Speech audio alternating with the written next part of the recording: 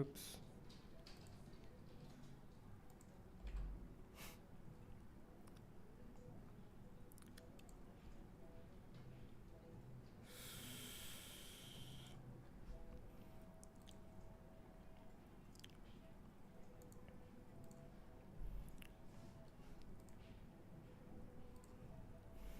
Hey guys, what's up? So we're live again. We're just setting some stuff up, but we're live and back for the Blacklist versus Echo, and it's lagging.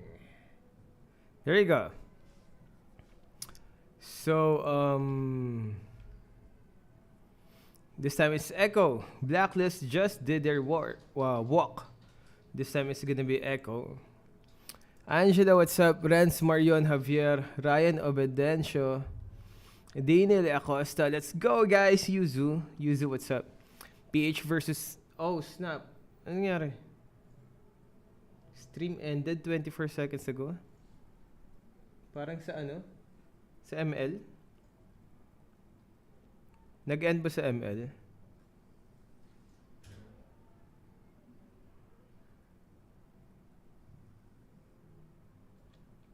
What the heck? Hindi. Ha?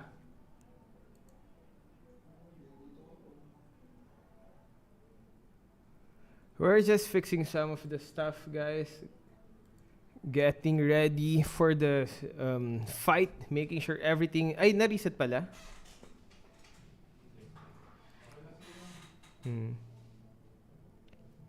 Hey guys, what's up? Muntik na. Yeah, just fixing some technical issues before the game starts. Just to make sure that everything...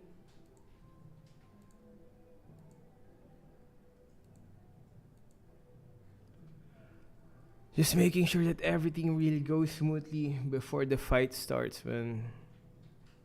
Let's go. Linus Alvin, what's up? Narcisco Villanueva. Oh, snap. Which team do you support? Actually, I don't know, man. This is both PH teams.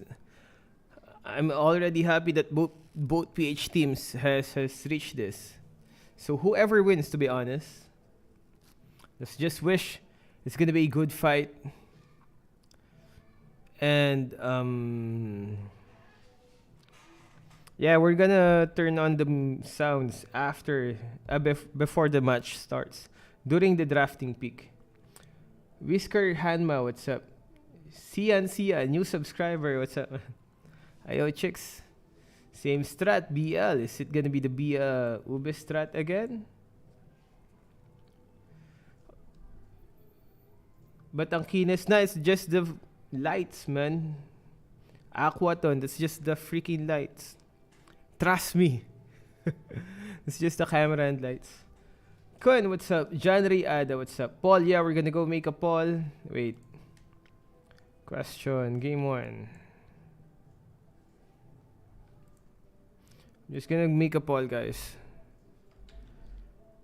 Game 1. Tell me if you guys wants to hear the casters. But the game has not yet started. Whew, gonna be... Are you ready for some intense match? Blacklist. Echo. Here we go. Paul made. Shout out to Shire. Kumain ka na, idol. Yeah, we ate our dinner just right now. Can you cast Elgin? I think the shoutcasters will do a better job during the game. Benny Guevara, yes, PH against PH. So whoever wins, we're all happy from PH, right? Whoever wins this match. Is it gonna be PH and PH on the last match? Because tomorrow, I think, it's gonna be the Indonesia versus Indonesia, which is RRQ versus Onyx. And then whoever wins that, Echo so chill. Yawi having fun. The smile on Yawi's face. Well, you're definitely gonna be smiling, man. That's You're in the you're almost in the last stage. Whew. Team PH mananalo dito. Why did the stream ended in ML channel? I know, right? So it was not just us. It was actually... Thank you, Carlos Maru. Probably just a technical stuff on their side. Shout out to Mara Aquino. What is up? This is just a prequel for Grand Finals. Yeah. Because, again, tomorrow is going to be Onyx versus RRQ, both Indonesian teams. Now, whoever wins that fight is gonna fight the winner. I mean, the loser of this fight, which is Blacklist Echo. And then after that, when they fight, the winner will then fight the winner of this one. Did I just confuse you more? Did you know that I'm a master at what? Whisker Hanma. Trying to bait us. Jaja, what's up? Hi, Elgin. Hi, Gigi. Hi. Who you supporting? I don't know, man. I want to support the Blacklist, but I feel like it's good to see a different champion, but I think I want to support Blacklist. Alright? Even though I know they were the champion from before, I do want to support Blacklist, to be honest. To be honest with our feelings, I do want to support the Blacklist. It's just that it's nice to see a new champion. But it's drafting phase. Here we go. We're gonna shut our mouth and focus on this PH versus PH game. Walang audience, mga beater. Yeah, cause let's go. The bans. Off the bat, I'm really wondering what kind of particular bans are going to come out. And for Echo, they seem very targeted. And for the side of Blacklist, you can say it's targeted, but for the most part, you can still say it's just textbook, right? As the Joy here gets banned as well from the side of Echo. Yeah, looking at the bans coming in from Echo, because again, as a first pick, you can dictate the draft. You can start the momentum, you can start the tempo, because the draft that they've been banning out is, sure, strong picks, but also signaling whatever lineup that they have might have a backline that will not be able to survive when getting engaged by a Benedetta or a Joy. Yeah, and I guess both teams understand that the front to back isn't as simple anymore in the current metagame, right? You're afraid of heroes like Glue, which is still open. Woo! You're afraid of heroes like Ling in the right hands. So with that being said, I'm guessing this first pick has to play with either the box concept or drawing lines to counter that. I think for sure that's been a recurring theme, right? 3 very solid frontliners and long distance, long range from the back. There seems to be a formula that has been very popular in the current meta. But for Echo right here, they go for the Eve, trying to get some utility, some range as well. It can be used to zone marksman, but we'll have to see if Blacklist has an answer for it. The open glue, as Leo mentioned, has been picked up, along with a Claude. All right, so right now, looking at the draft, picking up the Eve first is kind of safe, kind of risky as well, because the Eve is very strong in terms of damage, as well as the utility. And before we even talk more about the draft, Benny Cutie, a quote here, I'm not the best gold laner in the world because I don't have an MPL trophy or any other title, so I won't admit it before I win the title on this M4. Strong words from Benny Cutie, where he's like, I'm not gonna feel comfortable until I win. But again, he can say that he's not the best, but he's one of the best, given that the Storm has weathered most challenges. He's been in the league, he's been a pro player for years now, and he's still here, he's redeeming himself, he's proven the haters wrong. I mean, in my personal experience, it doesn't matter what we say, it matters what other people understand. So he doesn't have a say of whether he's the best or not. Other people decide. But going back into the draft, where Echo, they have gotten the Fredrin as well as the Harif. As of now, not a lot of room for flex. Sure, the Fredrin can be flexed, but for now, Echo, I would say kind of a lineup that we've been seeing a lot. And the Harith here, we've seen that it's very effective in the right situations, right? Mobility and survivability from the kit. But honestly, against a lot of beefy members, it does seem like it does lack that hyper DPS in that late game. Although for Blacklist, this is a very quite the early Diggy pick, and we haven't seen it in quite a while. Yeah, okay, so right now, looking at the draft, because we have to look at the first 3 picks for both teams, because from Echo, they have a pretty strong front to back with the Eve as well as the Frederick. Putting people in the box, make it easy for Harif to actually engage and go in. Now, Blacklist International, they're answering the first 3 picks with a Diggy. Now, we got to think about this. Is the Diggy being used to apply pressure early in the gold lane, or is it really to make sure when it comes to the team fights, the team is going to be safe? Yes, and they are going to go for a re-engage lineup. And what does a re-engage lineup hate? When they don't control when they go in or out, and that's why they're banning the Franco. Ooh, Franco ban right here just to ensure that Blacklist can take their fights on their own terms, and of course deny maybe like the forced usage of the time journey. So far, it just seems like a very solid composition, and if they pair it with a solid backline, it's going to be pretty secure, at least on paper. But considering that they have a Claude in their lineup, it's going to be a bit weird deciding where the team as a whole wants to move, right? Do they want to go forward into danger or actually backing away from it? This is kind of good because they're going to keep Echo guessing, and I feel like the Diggy pick has confidence here just because you see the Fredrin and you're assuming the Fredrin is a jungle, because as a Diggy you can apply a lot of pressure by putting your alarm bombs. It doesn't feel good going up against like an assassin jungler that can kill the Diggy over and over and over again, making the Diggy really not that strong. And because the Valentina has been banned, the Grok has been banned as well. Kind of feeling like they don't want too much of an engage coming in from Echo. And by that, the Orcas are slowly cornering Wise into a pick of their choosing, right? Well, what's left here for Wise to pick up? Because the usual suspects are out. If anything, they might be forcing the jungle Guinevere, which we last saw in the grand final stage of MPL.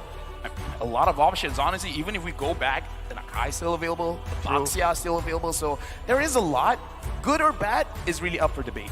Exactly, especially with how the meta has progressed, you can't really guarantee that these picks that worked quite a long while ago can still be as effective. Because maybe the exact reason why it hasn't been picked up is because teams have been solving that puzzle already. But here we go, got a bit of a sneak peek from the phone. It's going to be a Baxia, and that's going to be a very fast composition coming in from the side of Blacklist. That's a deep cut, right? I said go back to MPL Philippines Season 10, and then we will go back to like what, Season 8? It's almost like I'm an analyst. Whoa. I know what's gonna happen. But yeah, the Diarov has been picked up, so now Blacklist International, they gotta really prepare what's gonna happen, because with the Diarov, a lot of the armor that they already have is gonna be shredded. So Echo, with this current lineup, if they want, they could really go aggressive. They could just like pick up a Cho and then just like, I don't care what you guys are gonna do, we're just gonna force the issue. You either pop the time's journey now or you suffer the consequences. I like it. It's a proactive way of solving the problem. That's certainly a way to deal with the time journey. Just force them to keep using it. And now I think they were expecting perhaps something, I don't know, they wanted to just pressure you in the jungle. So the Hilda, that's a very annoying pick. And, you know, considering how fast and how pick-orientated Blacklist composition is right now, having a Hilda in the front is going to be such a chore for Blacklist to deal with. It's also a swerve.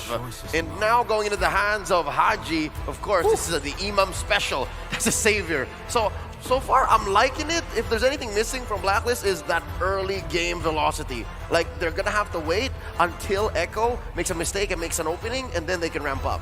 I mean, like you said, looking at the drive, looks like Blacklist, they want to re-engage. And I kind of feel like if your comp scales well, and then you have ways to answer a dive, that is a very good drive. Because looking at Echo, that's what they want to do. Sasage, they want to charge, they want to fight, and they want to make sure they apply enough pressure to Blacklist International. So now with the draft, where both teams, in terms of team fight, they're pretty solid. In terms of what they want to do is very different. So about the execution, can Echo execute it well, or Blacklist deny the engages? It just seems like this is a speed against power, because Blacklist will be around the map really, really quick. Again, with that Baxia, with the fast clearing, with the shield unity.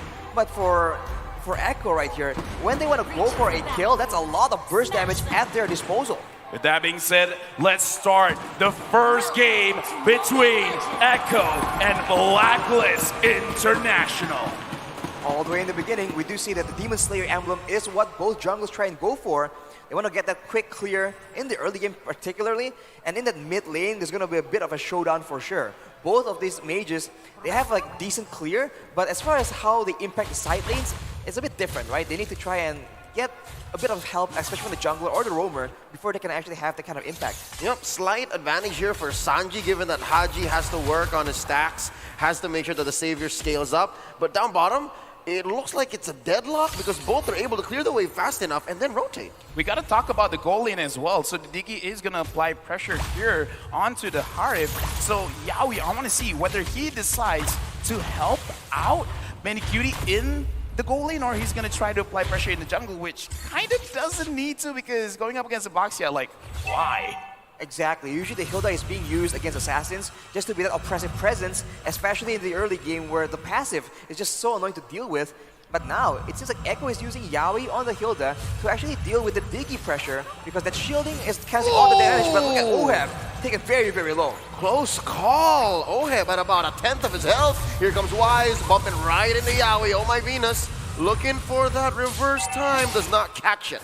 Right now, I'm looking at this, and it does look like Echo, they're trying to find the angles, the way that they can start the early aggression. So I want to see if they apply more pressure onto Oheb, because again, as a Claude, before level 4, you don't have a lot of way to clear the minions, so it's very, very punishing to die at like, what, level 3? Yeah, the wave clear is definitely a big issue, especially against a Diggy that's just constantly trying to actually do some damage, do some poke damage.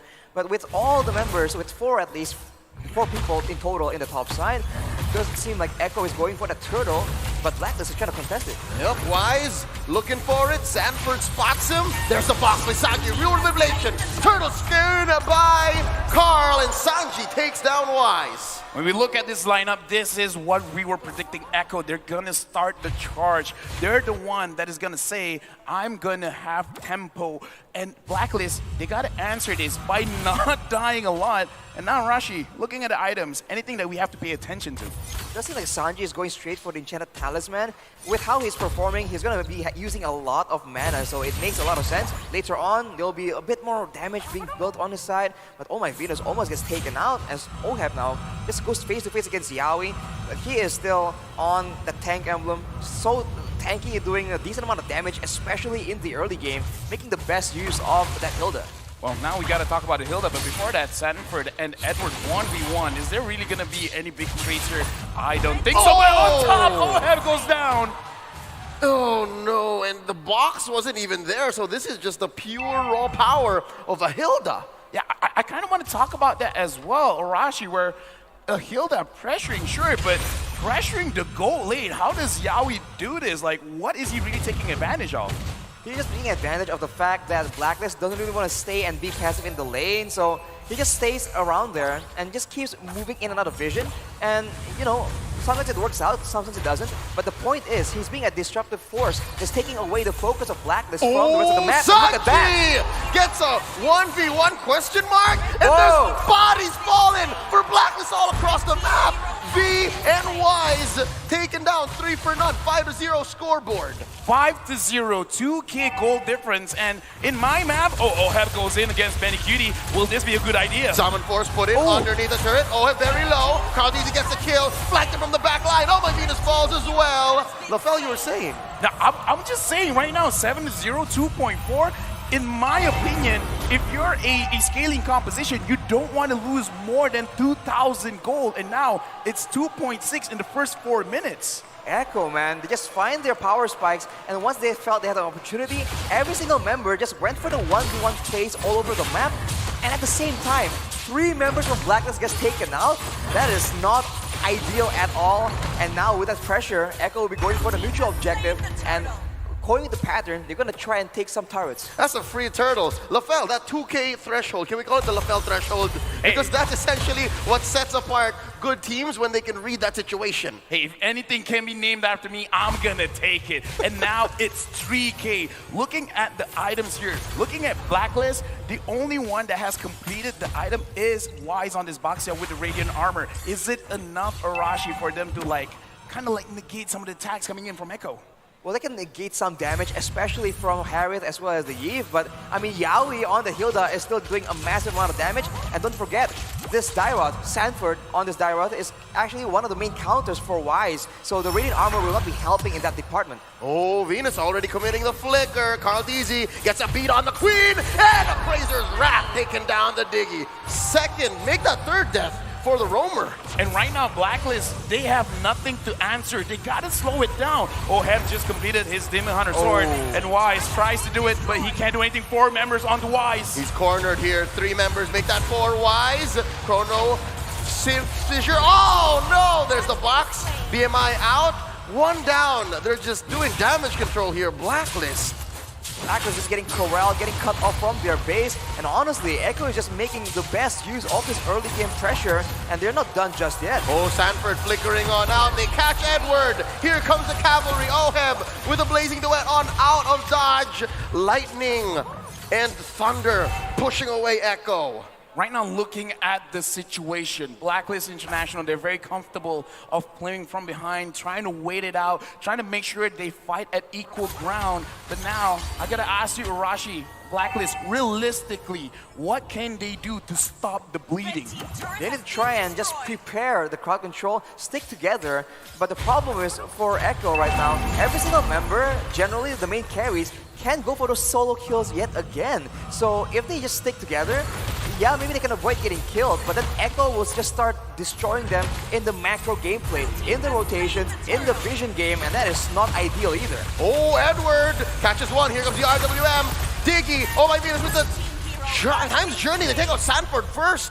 Where was the damage? Amazing play by Blacklist. They get a pick off, but oh, they pay the price. Down goes Oh My Venus. They're gonna collapse down onto Edward, and he goes for the split. Split is off a cooldown. Rides on to Carl Deasy. Puts him in a compromised position. Here comes Wise. Still he get his purple buff. Yaoi making space. Edward getting pulled in. Wise still here as well. Benny he's up and force. Where's Edward going? Goes on through the wall. Suffers a death. The storm is here, and they disengage. Oh, they find Haji. Will they find him? Will they get him? Oh, RWM one more time. Sanji, this team fight's going on forever. It's just 7 minutes, but the damage coming in from Echo is so much, and Wise, he's gonna get taken down. Oh, Dawning Light unable to save those 2 in mid. Be Wise fall underneath tier 1. 3 members down despite the best efforts from Blacklist to try and control the damage. It's just so much burst coming in from the side of Echo, and look at that. There's nowhere to save. They're not done. Carteezy finds him in the back line. Sanji with the Void Crystal. Pop in Oheb. And now Edward and Oh My Venus finding sanctuary underneath tier 2. This explosiveness is controlling Blacklist International. Looking at the items right now, the Xavier only having the Clock of Destiny really won't deal out that much damage. And the Clot, 8 minutes in, only with the Demon Hunter sword. Blacklist right now in this game is looking very one-sided. Arashi and Oh My Venus has to use the ultimate to get out of the RWM. I mean, Sanji right here with the Ice Queen's wand. Just popping that alone is enough threat for Blacklist to just react with so many skills. And on top of that, Benny Cutie is supposed to be a late game hero. He has so much damage right now. Oh, it's a full-on engage. Haji very low. Oh, Appraiser's Wrath puts him at 1 HP. Grandma. Sanford finishes him off through the wall. Now it's Edward in the front line. Split. Yaoi cordoning off the rest of Blacklist as they go for this purple buff steal. It's calm for now, but Echo are just pummeling on through Blacklist jungle straight to the Lord. Right now, I honestly, Leo, I gotta ask you, because Blacklist, 7,000 gold down. Should they be getting any kind of view of getting a comeback? Who is it going to come from? Is it going to come from Haji, Oheb?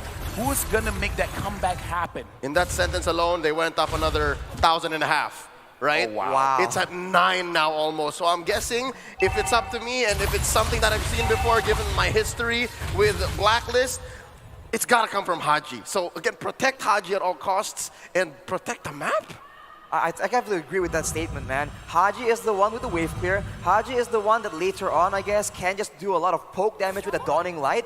So I think he's a big factor. And if Echo still goes with his aggressive style, he's the one with the Mystic Field that can stop a lot of this playmaking. But look at that. It's so aggressive coming in from Echo. Oh, look at the angle that Yawi and Carl are drawing. Concealed play by Yawi. Disengages, pushes them away, allowing Carl to steal the orange. Right now, Echo, they're really pushing hard because Lord is coming up top. They're pushing Blacklist away from the turrets. They're taking it one by one, almost a 10,000 goal lead. Oh my Venus, as well as Oheb, they are at half HP. They can't even handle the range, the siege coming in from Echo. Oh, there's the RWM keeping down Oh My Venus, forcing the Time's Journey. Lord swinging away, shield popped, and the inhibitor up top, and they're still going. Sanji swiping, tapping, Edward taking care of that wave in mid. Echo disengages. Man, that poke damage coming in from Sanji is just brutal, man. With the glowing wand right here, every instance of damage is getting buffed. And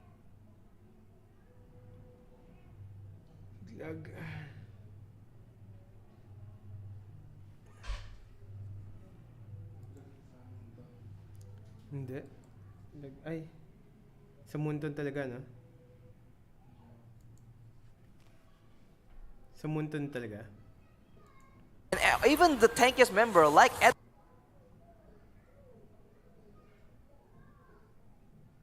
Parang green yung ano ko eh. Di kaya ng pagsara ni Eyo. Kaya pa.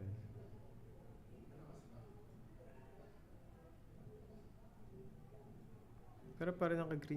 We'll just start suffering from that percentage HP damage.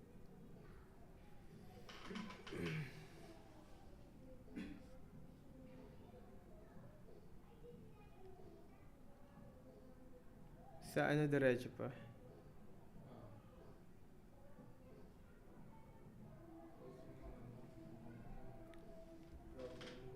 Taking a look at the items, Oheb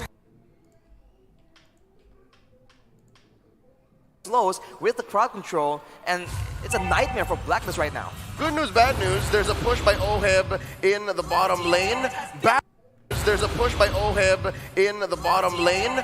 Bad news is, as soon as Echo takes this Lord here, it's Luminous, 12 minutes past, it's going to be harder to rely on Haji. It's going to be difficult for Imam alone to be the insurance policy because they can't stay in their base alone because Echo's going to keep coming. If anyone asks us again, like, what is a snowball? I kind of feel like this game is the definition of a snowball, taking a small lead up in the gold lane and then translate it all over the map. 11,000 gold difference.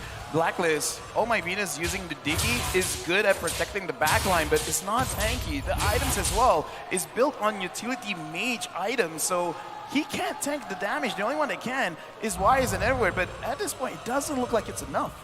It is an Imperial Wrath Diggy, so it's supposed to actually do a lot of poke damage, but against a Hilda, against a Fredrin, it's just not enough, and now Echo make the deciding play. Oh wow, Sanji with the Void Crystal alone forces Haji underneath the base. They're gonna force the issue here. Lord swinging away at the base. Tier 3 turrets, inhibitors in bottom, very low. Mid as well, compromised. There's a wave crashing on through. Blacklist holding on. Right now. There's an RWM forcing out the Time's Journey. Wise coming in. Oheb with that blazing duet. He's very low. Yawi gets the kill. Down goes the Filipino sniper. Yawi gets his immortality pop with a Salmon Force. Haki goes down. They're going to swing away. Oh My Venus popped here by the back line. Edward takes down Yawi. Wise very low. Can Sanji finish the job? The answer is no. It's up to Edward now. He's down as well. It's just Wise. Echo takes game 1.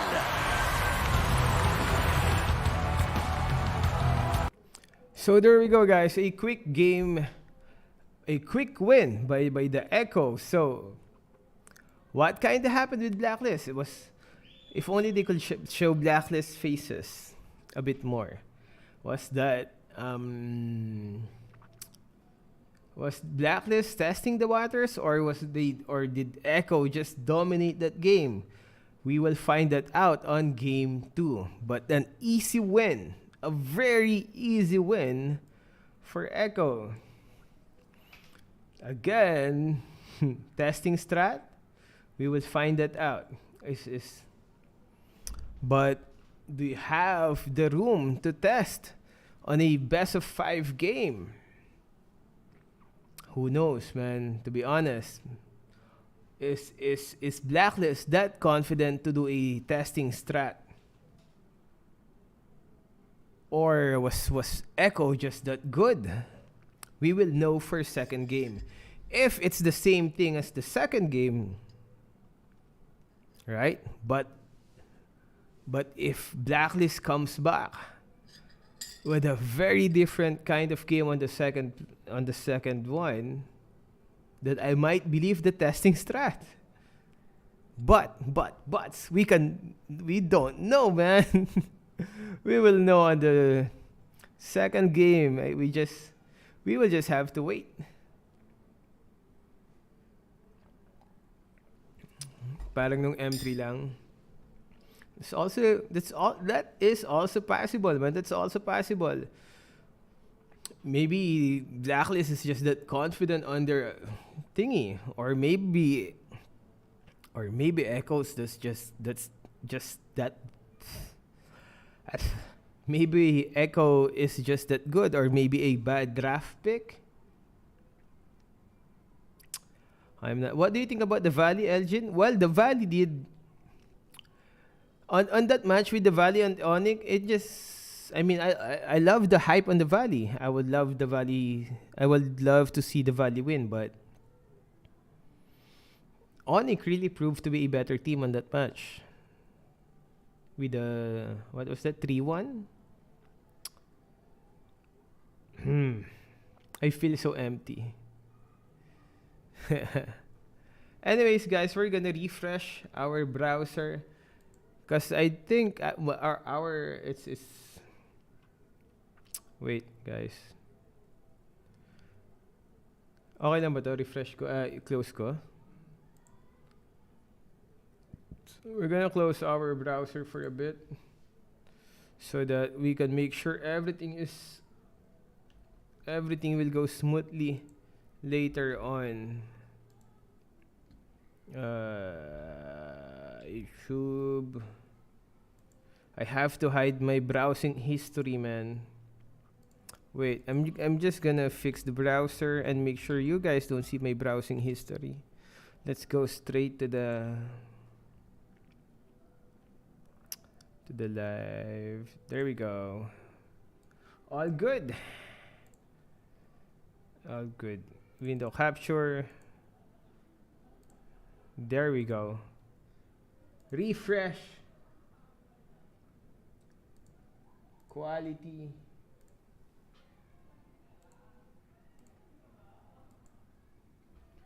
There.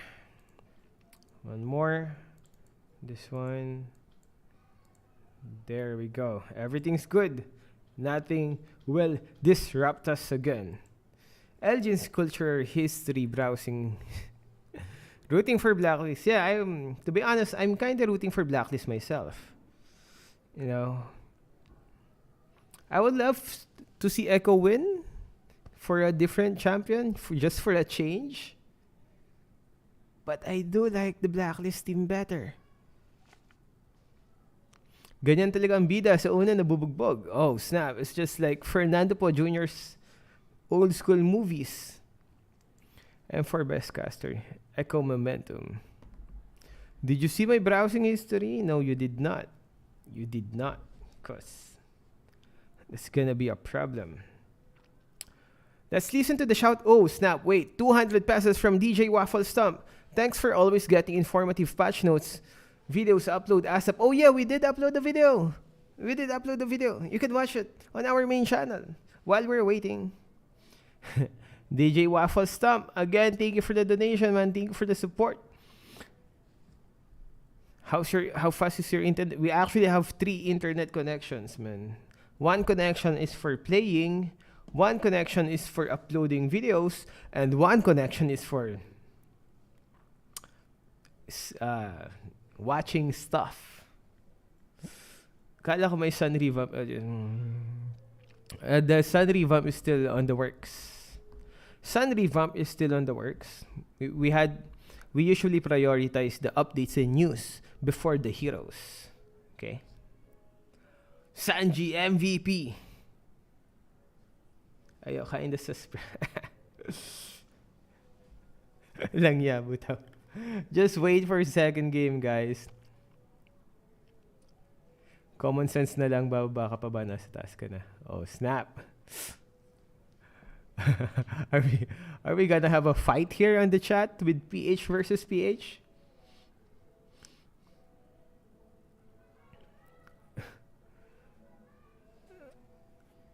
I'm just reading the chat, man. That's not me.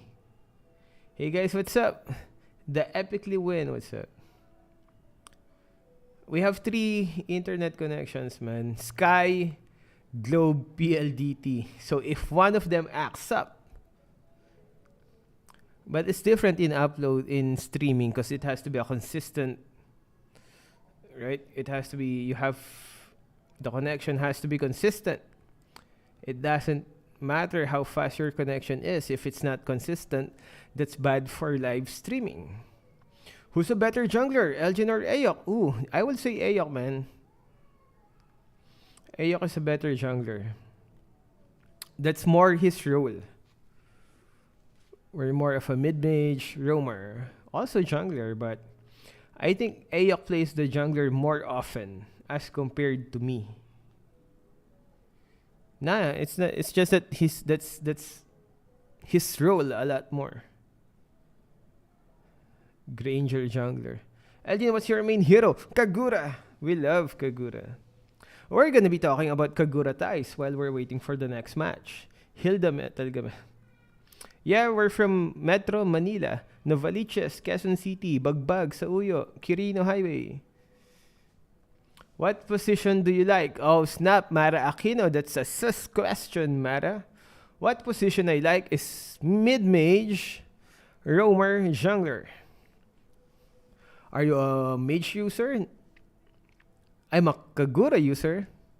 If I'm not Kagura mage, I would rather roam or jungle. The only reason I play mid mage is because of Kagura. I'm down bad for Kagura, man. Echo is so strong. Ooh. Susie Elgin, you being top or bottom? You being in top or bottom? That's, I don't know if I can answer that, but I would rather dominate, man.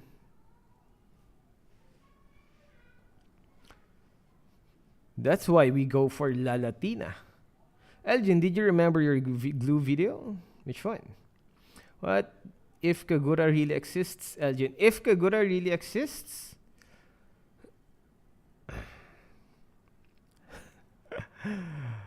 so 4 more minutes, 3 more minutes before the fight starts. We will see if Blacklist was just testing the waters on that first match, or was Echo really on top form? Pogi po ba ako, Kuya Elgin? 6M legend. Well, I have not seen you, man, but I do think we're all pretty. Elgin, fat Kagura cosplay. Wag ka na mawala. What? What are you guys hitting, man? Share.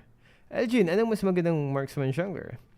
Well, marksman jungler really works for Kimi. I love Kimi. The only marksman I use is Kimi.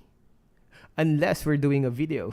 Because if we're doing a video, we have to play that certain hero. For example, if Martis had a revamp, I will play Martis a lot. I'm not enjoying it. But I will play him because I have to know what I'm talking about, man. I can't bullcrap we can't bullcrap our way through our video content because the viewers are not dumb, man. The viewers are smart because viewers usually know when you're talking crap. So you have to know what you're talking about during those video content. So you have to play the guy and keep on playing him until you feel what had changed and whatnot and stuff. What's the meaning of your name? I'm not sure, man. They gave me Elgin. Shout out to Nail Aris Carillo. Hanabi attack speed build or crit build.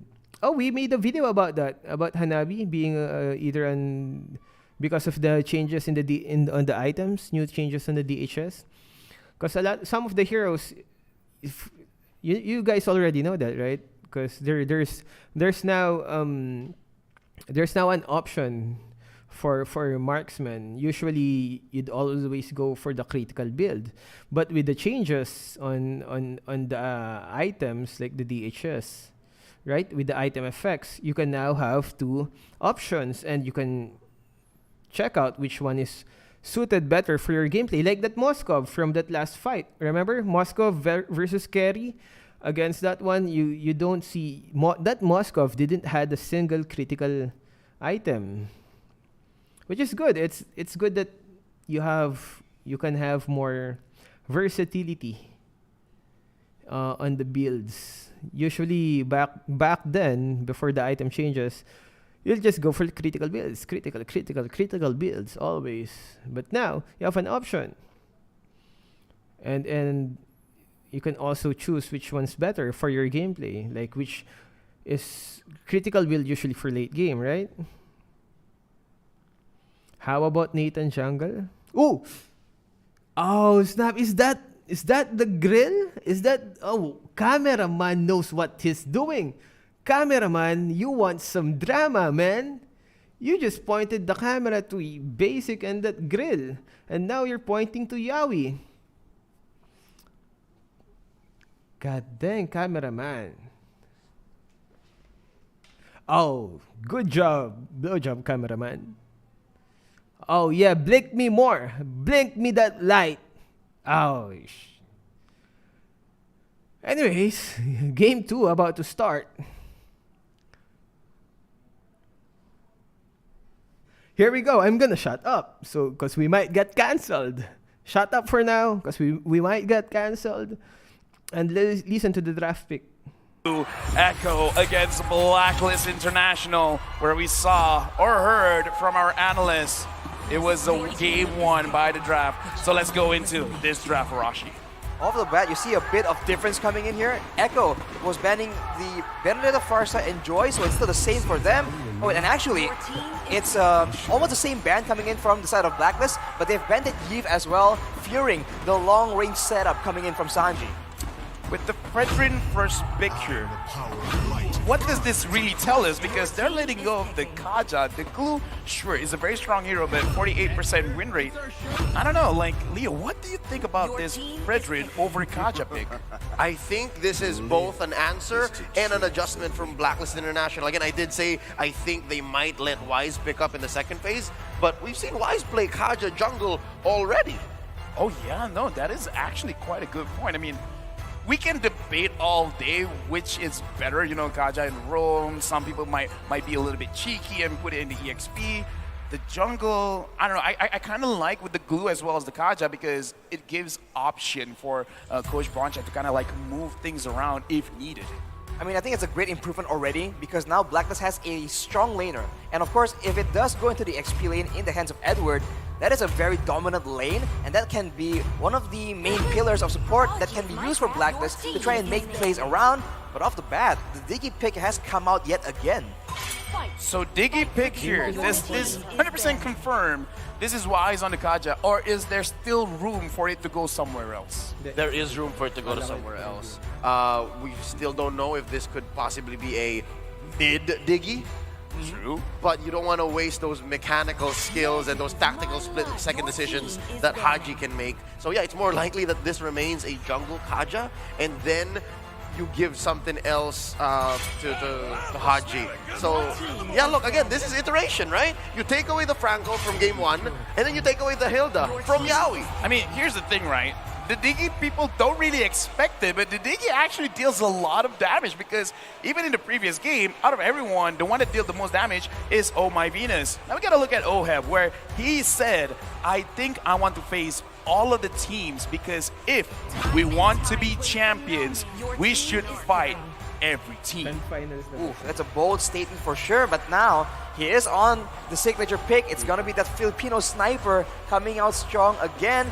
Of course, we saw that it was very flexible, very strong in the right situations. But looking at the composition from the side of Echo, can Blacklist protect the Beatrix long enough? Because it seems like they're still going for that aggressive playstyle. And I just want to say it now. I'm loving the energy of the crowd. It feels good hearing the cheers for both teams. But yes, right now Sanford again getting the dire off. And they're going to finish off the draft with an Estes. But not for Blacklist, for Echo. So if this is indeed the Rome Estes, then that means Yawi is growing. He's practicing his mind off. Thank you very much. Nice if you're watching. We love you. And hey, you know what? If you want to be world champions, you can't stay in one box. Yeah. You gotta grow. Yes. You gotta push barriers. You gotta push walls. Yes. You gotta be like a construction worker and keep on working on. Yes. And with that being said, the lineup for Blacklist is so much clearer now. Again, I told y'all, iteration, not innovation. They give a few different picks at the different spots, and eventually they end up with a lineup that might work. So change, but change a bit, not change totally. How does this make you feel, Arashi? I feel like from a pure front-to-back consideration, I feel like Blacklist isn't as strong, but this lineup now, this composition gives them a lot more tools to work around with. If they need a bit more poke damage, they have that. They have a good variation in damage, physical and magical, and they also have the possibility to try and go for a front-to-back or a pick-off kind of gameplay depending on what is going on in the game. So I think flexibility is a very dangerous weapon, and Blacklist has shown that they can use it to its full potential. Right now, the camera is moving around, looking at the crowd, looking at Blacklist agents, cheering on their team with the energy coming from the crowd. We're going into game number 2, Echo against Blacklist International. This is going to be a very interesting game because momentum is definitely on the side of Echo. And if you take a look at the items, Benny Cutie going with a killing spree on that Claude, a very aggressive option that we do not see that often. Yeah, no, it's been a while since we last saw that.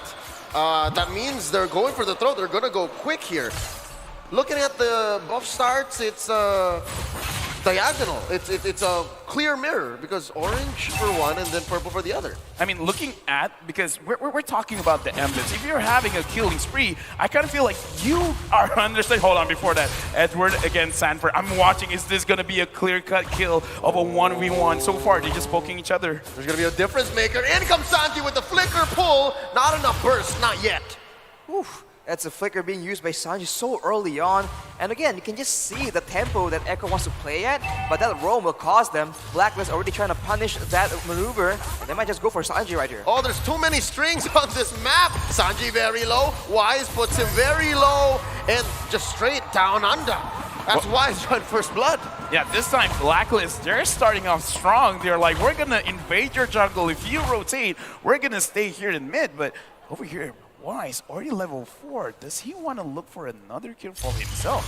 Well, they see nobody in that lane, so Wise will be just clearing out the lane, trying to push that lead everywhere else. That is the pressure gameplay that we see being used in the current meta. But now with the S's in the mid lane, it is a bit of a contrast, but look at the damage coming in towards Venus. This has to be some different build on Yawi because that's what popped in. Now Kaldizi coming in and a full Shadow Stampede putting Haji into the ground. That's 1-1 at 2 minutes. A good answer coming in mid, getting the return kill now, equalizing 1-1. The turtle just spawned, and looks like Echo, they're going straight for the turtle. Looking at the position from Blacklist International, they're not gonna contest at all. So right now, Blacklist, they got some lead in the mid just now. What is the next step? What is Blacklist looking at now that Wise is level 5, already having the Divine Judgment? They need to go for pickoff, and if they want to try and use Haji as the main tool, they have to try and shut down Sanji as well. Although the fact that Sanji's on the Paramis, that's a bit more of a utility hero, but in the EXP lane though, again, constant fighting from both these players. Yeah, no, it's furious, and it's fast, and it's relentless. They're still going. Sanford, very low, flickering on out, saving his life. Love watching the EXP lane. It's a battle, but now Wise here getting caught by Kaldizi. Appraiser's Wrath, very little damage. Here comes everything. Biru's Passion, taking down Yawi. That's a clear take for Blacklist, about 500 gold ahead. Echo has so much sustainability, but against the early damage coming in from that Beatrix, it just was not enough. So Yaoi was eventually taken down due to that burst damage. Oh. And look at that Dawning Light, man. That is some accuracy from the side of Haji. And Blacklist now have the tempo, have a small gold lead, but considering what Game 1 looked like, this is way more than enough. You take a look at a bit of the items here. Clock of Destiny is trying to be built by Haji, but in the XP lane, still yet another fight. Oh, Edward versus Carl TZ. The rest of Echo versus Black in mid. They're still going. Welcome back to the 1v1 down bottom, and both disengage. The 1v1 that lasts almost forever. Looking at how things are going on, it's just like everyone's just testing their power, how much damage I can put out. Edward going at Sanford. Abysm strike taken down. Edward took a few more basics underneath that tier 1, but Sanford gets it. This Direwolf pick, man, is just dangerous. It does so well against all these tanky heroes that has been slowly but surely gaining favor in the current meta, but now Blacklist crowd around the top side trying to make sure that they shut down Benny. This is a 2v3. They pop the Blazing Duet early as well as Yaoi's ult, but that's fine. Blacklist disengages down bottom. It's a 3v none. Might as well be a free turtle. Echo takes 100% so far, 4 minutes in. Right now, looking at how Blacklist, they're moving around, Wise is farming, so he's usually alone. So even if he catches someone, there's not going to be anyone to really back it up. So it almost looks like Blacklist, they're like, you know what, fine, we're not going to contest anything in the river. We're going to try to put all our investments in the gold lane. Oh, and the gold lane is looking mighty tight. It's crowded up here. It's a 4v4. They've left Sanford and Edward down bottom, and they both disengage. 1.5 minutes until the next turtle. I can't help but feel that Wise has been farming a lot more diligently, and yes, it's good for him, but he's not making use of that pick of potential coming in from the Divine Judgment. In these fights, in these dive attempts towards Benny Cutie, that Divine Judgment would have been a very valuable tool in ensuring that they can just go for the kills. You're right. After hitting level 4 at about the 1.5 minute mark, Wise only used DJ maybe twice, tops. Yeah, because right now, when can he actually use it? Because the way that Echo is moving around, they're not really giving a lot of opportunities. And as I said, Carl TZ is trying to put pressure onto Oh My Venus. And that being said, Oheb shoots in between. I wonder if that's the idea, right? Use these utility tools defensively and rely on the long range. They have a Diggy, they have a Beatrix and a Savior as well, so they can just keep poking and use the Divine Judgment as a protective tool instead, just to ensure that the Blazing Duet can be cancelled, that Sanford diving can be cancelled. But look, honestly, there's just so much violence in this EXP lane, man. Yep, even if Sanford walks away with his life, Oy. I give that win to Edward. He sent him home. Right now, I kind of feel like Blacklist, they really don't want to go anywhere else. It's like, you guys try. And Carl TZ coming from the side. Oh, he puts a few beads onto Oh My Venus. Bombs away by Oheb. That's an ult from Bennett.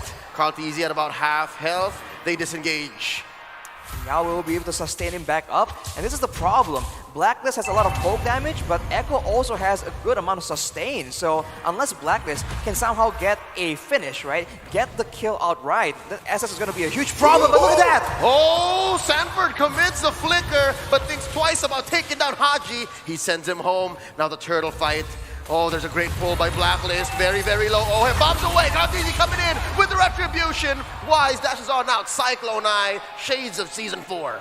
Right now, I kind of feel like if we're going to look at items, Blacklist, they really need to make sure Oh My Venus has that concealed, because it looks like it's so difficult to engage onto Echo. But Echo, they have no problem engaging. 5. Make that Season 5. The Cyclone Eye. But now, up top. Oh, no. In mid.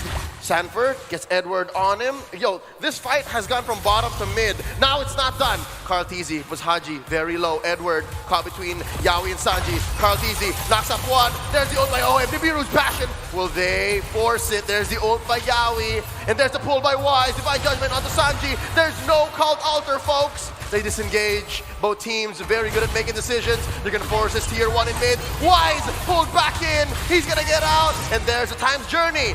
Queen V saves the jungler. Ooh, close call for the side of Blacklist, but Echo right now has so much more damage to work around with. If you guys have noticed, Benny Cutie has finished his golden staff at well before 7 minutes. So this is a very scary claw just scaling up despite having this very aggressive emblem. Now looking at the actual items here, Vichetta Talisman also complete for Sanji means that Echo can go for those plays more often and more regularly. So Blacklist needs to be very, very careful and just read the movement patterns coming in from Echo. Oh, Edward, caught between 3 members. Shadow Stampede pulling him in. Benny Cutie making quick work of that tier 1 down bottom. Good news, bad news. Blacklist looking better than they were in game 1, but bad news, Echo's owning majority of the map. Well, right now it looks like both teams, they are really committed to actually dishing out the damage, but once they got what they need, it's like, yo, I'm out. I don't need to stay any longer, because we've seen a lot of fights being engaged, but it's all secondary, you know? It's like, if I can get the kill, good, great bonus, but if a turtle is in front of me, I'm gonna go for that. If I see a turtle, I'm gonna go for that. Now Lord spawn, will they go for that? This is the crazy part about Echo, man. They're so aggressive, but they never force it and never overdo it. So they take what makes sense, and if there's anything else that's still baiting them, they don't fall for that kind of trap. And now they're putting it to Edward. Ooh, that's a pull. Edward goes on back. Lord at less than half health. Daunting Light already spent by Haji. There's a knock-up on the Wise. Bounce away! That's a Benetol. Wise secures the Lord with the Retribution. They're looking for solid blazing duet, and Benny takes down 1. The Queen falls. Wise running away. OF takes down Benny, and Wise underneath the tier 2 turret retreating. Sanji looking for his man. Yaoi slows him down. Down goes Wise as well. It's a 2-for-1, but Blacklist gets the Lord. Get the Lord, and this is a chance for Blacklist to try and equalize, right? Get some more objectives on the map, some of these turrets down, but Echo, they just played that fight just so aggressively, and I think, in a way, Blacklist came out on top there. Oh, Sanchi, threatened here by Edward, ever the threat, Agent Zero. Making so much space for Oheb to make plays with. Now, oh, here's another 1v1. Haji's gonna fall. Appraiser's Wrath. What was Imam doing there? Yeah, right now, Blacklist, they are trying to put the pressure. With Carl TC coming from the side. Oh, Edward taking quite a lot of damage. They're not done. Blazing duet here, plus an ult from Yaoi. Edward is healing, but he's not gonna last very long. BMI by Benny, straight into the face of V and Oheb. They push him back. Right now, slow things down. Echo, it looks like even if Blacklist, they're ready for a fight, they're not entirely ready, because right now, Echo, they're looking more tankier, more damage. Looking at the items, Blacklist, are they ready to fight back, or they need to wait a little bit more? I mean, Edward is pretty solid as a frontline right here. He has the Antique Cuirass, so denying most of the ability damage coming in from the side of Echo. And along with that, Wise is also going for a full tanky build with the Bruther's Breastplate and the Oracle. So that will be the main front line. And they do have the Necklace of Durance just to reduce the healing coming in from Echo. So very smart itemization. But at this point, you have to wonder if they have the right utility, but not enough damage. Well, right now, Blacklist International, the only thing in my head, I kind of feel like they should be enough in damage. The only thing is, how are they gonna engage? How are they gonna deal with all this healing coming in from Yaoi? Because as a Kaja, you wanna pick someone off. But if they're moving as 5, good luck. Yeah, it's basically playing your doppelganger, because this is the Orca Ube we're seeing. They're together for a majority of this 11-minute game, and that's why it's so difficult for King Wise to engage. Is it called a School of Orca? No, it's the Orca Ube. Oh yeah, the pod. The pod, Yes, yeah, the pod. Yes. I They're a learned pod. something new from an American. Mr. Wagner. Mr. Wagner, yes. A lot of Orcas, I mean, it makes sense. And now Haji has the Lightning Truncheon though, so maybe, right, if they can just do a lot of burst damage from far away, they might just be able to force Yaoi to use the Blessing of the Moon Goddess before the big fight even begins. That might be the exact scenario they're looking for, because Wise is just moving back and forth, threatening the engage, even though he hasn't been very dynamic with it. Okay, look, right now it's 12 minutes, okay? If at any point Blacklist wants to get an engagement, this is where you do it, because if Echo really wants this Lord, can you actually make sure you don't get hit by Haji with the Mystic Field? Because if everyone's gathered together, you're gonna get stunned. Wise will find an angle to pull you aside with this Lord take. Will Blacklist do something with it? Lord at about a third of its health. There's a knockup, and there's a split, and there's the ult by Yaoi. Daunting Light run on through. Cult Altar on cue. Lord very low. Count easy secures it, and look at Benny Cutie in the back line, punished by Oheb. Oh, and it's Wise, very low as well. There's another knockup, and there's a flicker in by Sanji with a Shadow Stampede to boot. Wise very low, he still survives. Sanji punished by Edward, but he's gonna spawn really fast. One for none so far. A Lord for a kill. They're still going. Carteezy very low. Yawi doing his best to heal him. Haji with the shutdown. Well, like I said, man, if Blacklist, they want to do anything with their team fight, they gotta wait on the Lord. You gotta wait for Echo to do what you're expecting them to do. Move together. Give a spot for Haji to actually make it so that they can't move as a group, and then wait for Wise to get that catch. And Oheb, 3-0 right now, doing a lot of damage onto Echo. Now you see the issue with the composition from Echo right here. They have a lot of damage, they have a lot of sustainability with the Blessing of the Moon Goddess and the Cult Altar, but when Blacklist kite away and move away from the fight, they have no way of chasing or ensuring that Blacklist is in there scrapping against them. So Blacklist can just outmaneuver them like we saw in the previous Lord Pit, and the longer the fight goes, the more DPS and less combo reliant heroes from the side of Blacklist can do a lot of damage. We saw that happen in the previous fight, so Echo now needs to make sure that the fights are quick and simple. Yep, they essentially have to penetrate the pod, right? Yes. Yeah, right now, honestly, looking at this, I feel like this is a very complicated draft to really pilot, because Blacklist, if they're gonna win the fights, they're kind of manipulating Echo to do what they want. Carteezy engages. Oh, they find my Venus forcing out an early times journey. Now they're gonna back out a Dawning Light for good measure. Sanford putting a few beads onto Edward from the back line, forcing out a Cult Altar. Oh, this is not a good engage for either team. Yawi pulls out the ult, both skittish to force this fight. But still, a lot of pressure right now Echo is putting onto Blacklist. Basically, Carteezy is just reminding them, is like, you guys want to fight, don't forget, I'm here. I can tank the damage, and I can deal the damage. So if you see me, you run first. You got it? You run first. I mean, I feel like the main engage tool for Echo right now is going to be Carteezy, and they have to try and switch it up a bit, because it seems like Blacklist is always ready every time he goes in for that engagement. Look at that snipe! Very low. Sanji backing out, just dodging the Dawning Light about an inch away. Yawi now in trouble. Gets the Divine Judgment on him. Haji obliges. That's a clear pick-off. A win for Blacklist. Now 1,400 gold ahead. That is the poke damage we've been talking about. Before the fight even begins, everyone gets taken so low due to the snipes, due to the Dawning Light, and afterwards, on the way back, Echo is just too slow. Wise can take his easy time, just dragging them back with the Divine Judgment, and they have no solution to this playstyle that Blacklist is showing them right now. Blacklist, just by using the Lord, winning one fight around the river, they have changed this game into their favor, and not by a little. 2.5k gold lead. Now doing a lot of damage from the back line. So right now, they're activating the draft. We don't have to engage. You want to engage, we just deal the damage. They're past the LaFell threshold and they find Sanford. There's Divine Judgment, popping the Cult Altar's extra life. Dawning Light pierces on through the pod and forcing the ult from Yawi. Can they survive this? Carteezy just focused on the Lord. Benicuri forced to go to the back line. They take down Edward. Sanji gets the kill. Sanford very low. Oheb, the Filipino sniper, gets it. Carteezy, the best in the world, confirms it, but at the cost of his life. Another one falls, Benicuri, and there was no one left for Echo. Wipe out Blacklist International, 4 members with a minion wave pushing in. But look at this, Sanji tries to do something. Can he? No, the answer is no. Oh Lord, the Lord, speak it up. He spawns. That's Echo 6-man pushing out in their favor. Now he spawns. That was almost over, but no. Blacklist, they're continuing on. Oheb shredding that very low, and Wise engages Yawi. Nothing can be done. Blacklist International wins game number 2. Blacklist International answers back. And there you go, guys. Blacklist answering back. What do you think? It was kind of shaky though, right?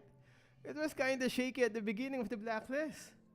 So, to be honest, the first game, I don't think that the first game was a testing strat. Probably just a shaky start by the Blacklist. Even on the second game, it was a shaky start even on the second game. Right? So, oh shit. Oh snap. I forgot. There's no. I'm just gonna repeat what I just said. I didn't know I had my volume down. I had to lower it a bit. I said, okay, I'm gonna try to say what I said before. Okay, here we go. Oh snap! That was a close match. Blacklist answering back. That was a very shaky start, even at the beginning, right? So I think the first game was also a bit right. Even in the second game, Blacklist was a bit shaky, though, right? Take two. That's take two. I yeah, shaky start, right? So, anyways, the first game, maybe Blacklist just had a very tough time starting. I don't think the first one was actually a testing phase for for Blacklist. Because even in the second game, it was kind of close. Even in the second game, the start of Blacklist was. Anyways, 1-1. It's now even, guys. 1-1. Let's go Echo. Let's go Blacklist. Anyways, it's both PH, so we probably don't have much hate. We probably don't have much hate in the comment section, right? The reason I lowered my mic was because, can you hear the background? I know, right? That Lord has been accursed twice. Pero maybe that... Bro, the guy in the background dancing. Oh, snap. Who's that guy dancing in the background? Is that a different... Because all of the casters... there's like different languages during this M4 event. We're just watching the English one. Karaoke on the background. Yeah.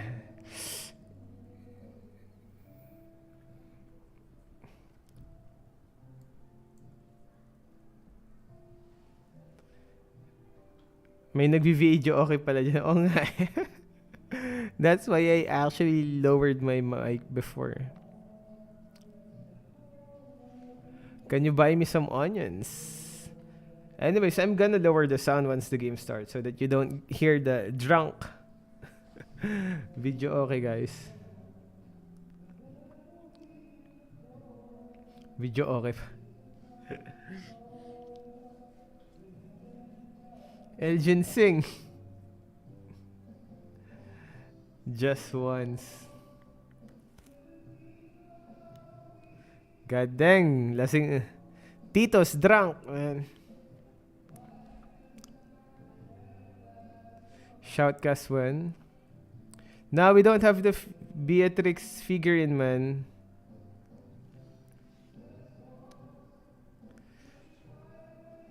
Oh snap. Can you tell me what's Ube's strategy? Ultimate bonding. What's the E? Ultimate bonding. Forgot the E.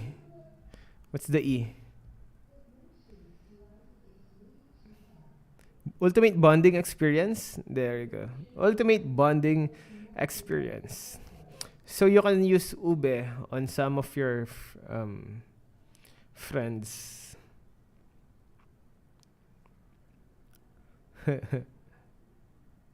Kanta ka na lang, Elgin.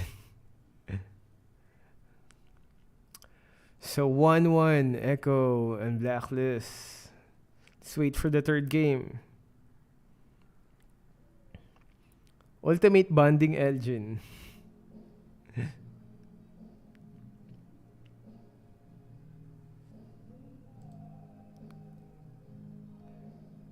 Yeah, since it's PH against PH, I think we don't have much hate on the chat since it's PH versus PH. DJ Waffle. Is Yin overrated? Is Yin overrated?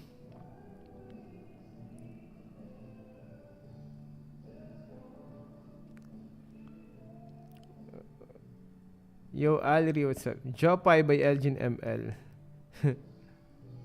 Echo for the win from John Ash. Mara Clara Paul? We can't, man. We can't have the Mara Clara Paul.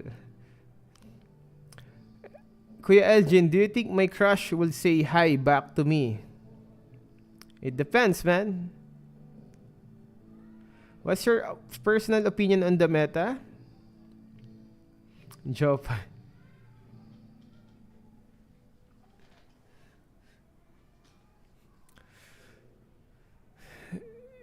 Is Yin overrated or no? Is I don't know, man. I don't see Yin that much in the bans. Well, probably in the mythics, but I think in the mythical glory, do you? I don't think I see Yin that much on the mythical glory ban. On mythics, though, yeah, I do see Yin being banned. Do you think Blacklist is gonna win? Well, like I said, any team will work for me since it's both PH. But I really like Blacklist. It's gonna be nice to see a new champion if it's Echo, but personally, I like if it feels like I like the personality of the Blacklist members just for that reason, man. Junior Raf, what's up? We're waiting for the next game. Best hero for solo player, probably spam the meta heroes. Carry, you can use carry. 1-1. One of them is bound to be free. Carry 1-1 Beatrix. Or Fredrin, man.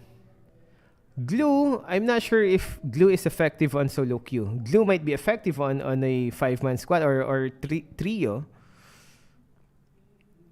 I think Fredrin will work better than Glue in solo queue. Wait, Kuya, ano po main hero niya? We're using Kagura. But like I said, when we love using Kagura and Jawhead, again, that sounds wrong. But when we try to rank up, we also make use of the meta hero, whichever's open. Muhammad, oh snap, the chat is going fast. How's Echo members' personality ba? I'm not sure, but I like the looks. I like the looks of the Blacklist. Because Blacklist is from tier 1, by the way. Blacklist is from tier 1. Yo, what the heck? Let me refresh this. By the way, for the guys who was asking, let's just clear this up. This is the score. Can you see my mouse? This is the score, okay? This is the score, guys. This is where you check how many losses and wins the team has. Okay? So no more asking. Nah, I'm just joking. You can ask. I will still answer.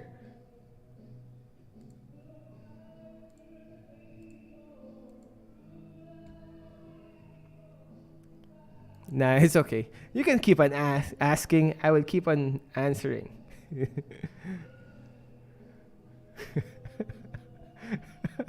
Nah. I will still keep on answering. I just because some of the guys didn't know that you can see it there. Hi, Elgin. I'm a fan from Qatar. Katarantaduhan. Oh, what's up? What's up? Oh, Hayward from Qatar. Katarantaduhan. Gago. No. That's fine. Sabi mo pwede yeah, you can ask. Early Bird Gaming, what's up? Can you sing? We can't sing. Junior Ife, what's up? Come on, man. 6 more minutes. Make it faster. Early Bird. Kuya Elgin, why are you so... It's a joke. Kimi spamming good. Oh, yeah. Kimi spamming good. Even in Mythical Glory. I wonder... Probably Mita is... Mita. Oh, snap. Wait, let's listen. Let's listen to this, guys, first. CEO and co-owner of Blacklist, Chai Gutierrez! Hello, hello, hello. Chai, inside scoop naman. So before coming into today's match, how was the mindset, the mood of the entire team? I think the team was really over-prepared today because overall, Echo was really performing very well throughout the World Championship. And I think in Game 1, we saw that preparation, but I think we bounced back pretty well in Game 2. Speaking of that game number 1, when they came back, I know you were there in the dugout with them. What were you telling them to pump them up? I think we were really waiting for what they prepared for the whole series. And I'm not bragging, but I think if their game plan is to play our game, we know that game pretty well. So, as you can see in game 2, that was our game plan. That's usually the play style of Blacklist International. Okay, wait. Since they're showing Trike a lot, and not the hot babes, they're just focusing on Trike. Let's thank our donation first. Thank you, Kimberly, for the donation and support. Kimberly, hi. I'm a boy. So anyways, let's go back to the... Yo, again, thank you for the donation, Kimberly. Here's the interview. So for me personally, I had to go through Singapore and then eventually Jakarta because there were no morning flights direct to Jakarta coming from the Philippines. But more than myself, I think I'm very proud of the people around me who really went here, especially our agents who spent so much to come here. Speaking of agents, we have a super agent right here. She's been following Blacklist International even before M3 followed and flew all the way to MSC and now Jakarta. Tell us where you're from and what your name is. Hi, I'm from Malaysia and I'm Adora. Why do you love Blacklist so much? I love Blacklist so much because their gameplay is solid. I love Oh My Venus. I love you too. Close. And look at that. She sewed up the shirt herself. And now we have the leader of the agents here in Jakarta. What's your name? Russia. Can you show them what you made? Oh, this light stick that everybody is holding. She made this. Okay, gaano katagal yan? How long did that take you to make? We ordered actually. It was an idea when... Kala ko naman ginawa nito. Mahirap yon. We had to cut it kasi. Pero we designed it. We outsourced it. And then we contacted people who can make it. As a leader, how do you pump them up? What do you do to gather everybody here for support? Go! Blacklist! Break the code! Oh, yeah. Break me, mamacita. Let's go, Blacklist! Let's go! They're so pumped up for the next game to start. So, casters, what you got?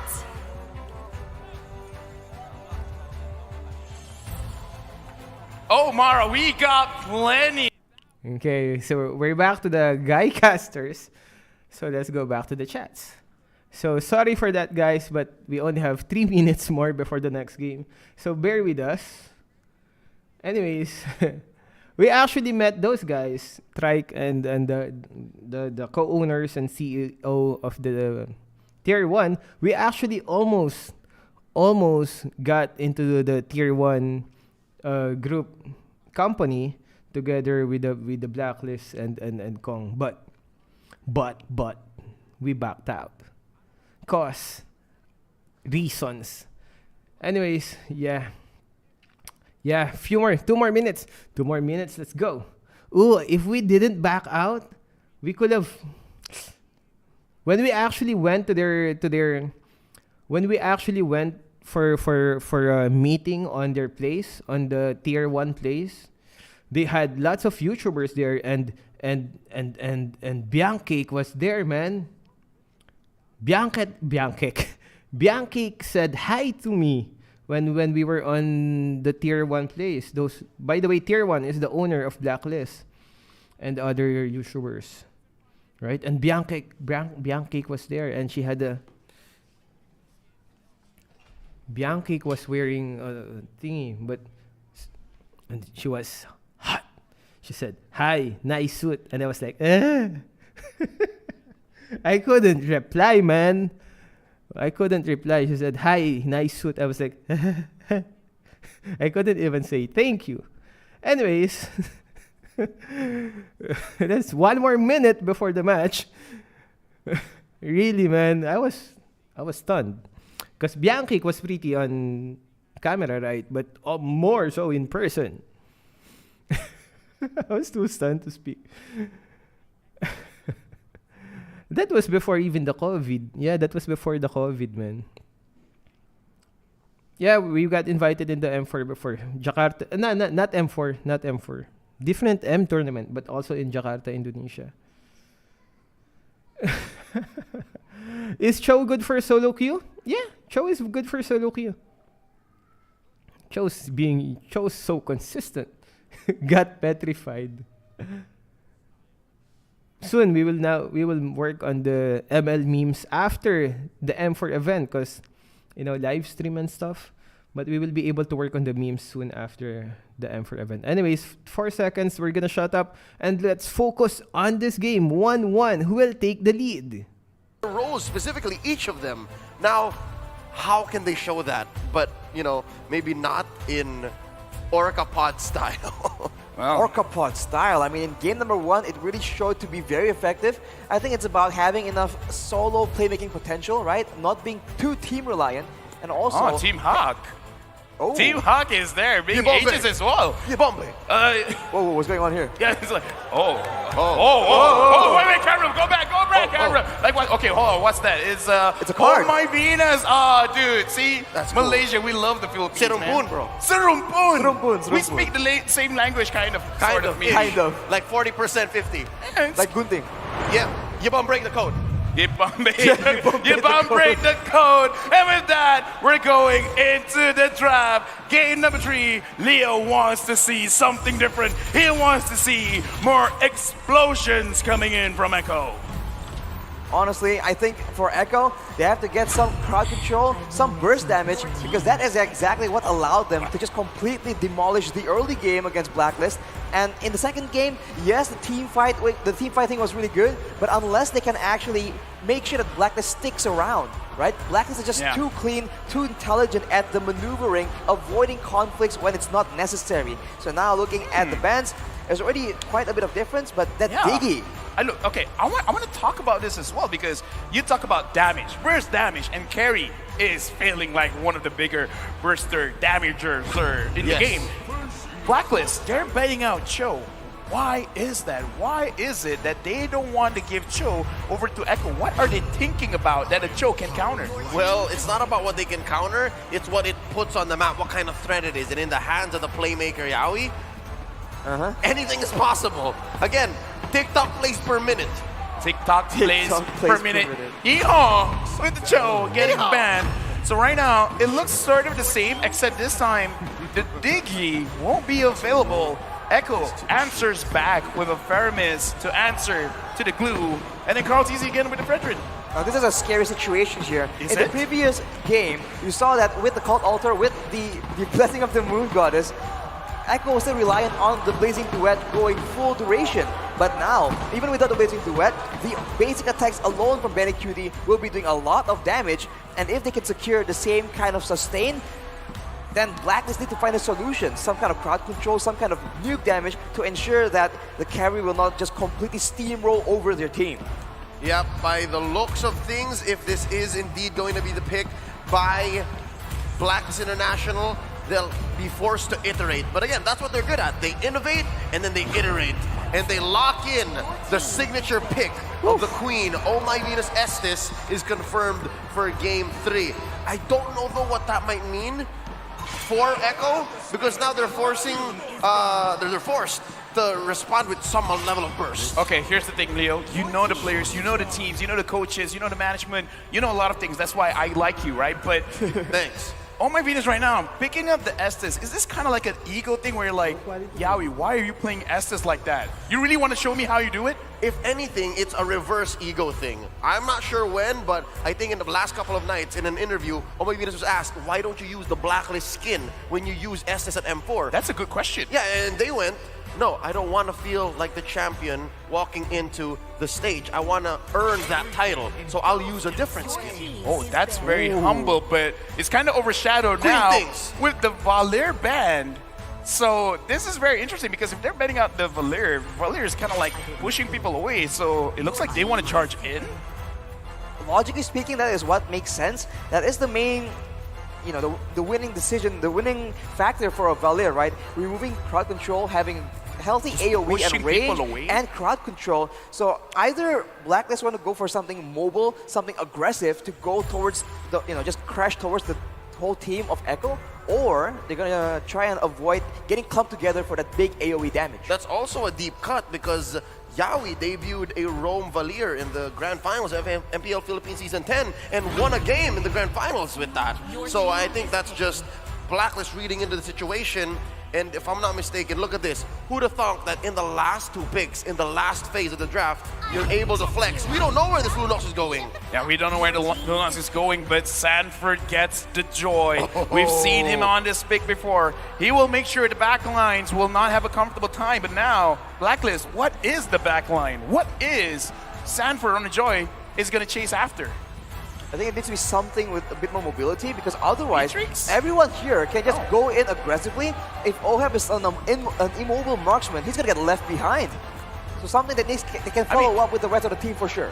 I mean, again, like, this Lunox could go to the gold lane, but right now, since they're hovering marksmen, you know, well, we thought about it. Beatrix, one of the higher win rates, is possible to just pick up here. I mean, if it works, because like our analysts say, if you want to fight guns, then use guns. Carrie's not using a gun, but you get the idea. Yeah, I don't know where Gideon personally was going with that, but here it is in the hands of the Filipino sniper, signature pick. Game 2 was won off of the back of a very successful Beatrix in the hands of Oheb. So again, the key here is to iterate, not to innovate. Don't change what works. And with that being said, I'm liking the draft for Blacklist. There's a lot between the interaction of the Estes and the Lunox. They can survive so many team fights off the back of just those 2 alone. But I think as far as the full team fight, the full-blown 5v5 team fight is concerned, it seems like both these compositions are gonna clash against each other. And for Echo, with a Lolita, with a Faramis and a Fredrin, I feel like there's a lot more possibility for a big crowd control tool. So I think Blacklist needs to be very careful. Yeah, Blacklist needs to be very, very careful. And with that being said, we're going into game number 3. Blacklist International, Echo, who will draw first blood? Oof, I mean, in the early game, I think that Echo still has a lot more aggressive heroes in the pool. Lolita in the early game, deceptively high damage with the Bulwark, right? And then afterwards, having that Joy is definitely something that they will try and abuse. Yep, and again, the interaction of the Estes and Lunox surviving a lot is countered by the Bulwark, because again, the Lunox is throwing out projectiles that Yawi can block, so that is something Echo can go for. With today's matches, wow, Oh My Venus hit a milestone, 500 total assists in the M series, and V has been part of what, just 2 so far? Well, 3. V played in M1.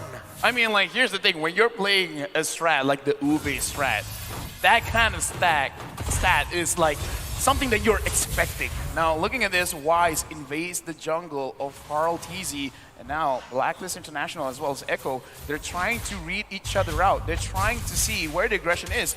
Is Blacklist going to try to get another first blood here in this space of the map? Oh, they are relentless. They're forcing a response from Carl TZ here, and they're going to get it. But we'll see. This buff, this creep rather, still standing. Wise comes in, Retribution spent. Ooh, wow. I mean, it seems like Blacklist want to try and get any single piece of lead they can get. And in the XP lane, the glue has been a lot earlier in rotating compared to the Joy, so already a small victory for Edward on that glue pick. And for both teams, right, there's a very limited amount of crowd control, so these high mobility dive heroes are going to have a huge role to play in that mid game.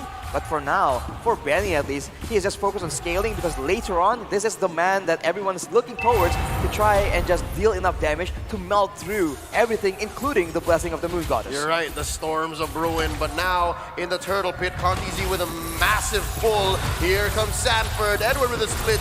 Who's he gonna jump down onto? And there's a Numenor blast, helping Contizi secure the turtle. Down goes King Wise, Edward on the Contizi with the grab, forcing a cult altar from Sanjay. Edward jumps off, Flicker as well. They retreat.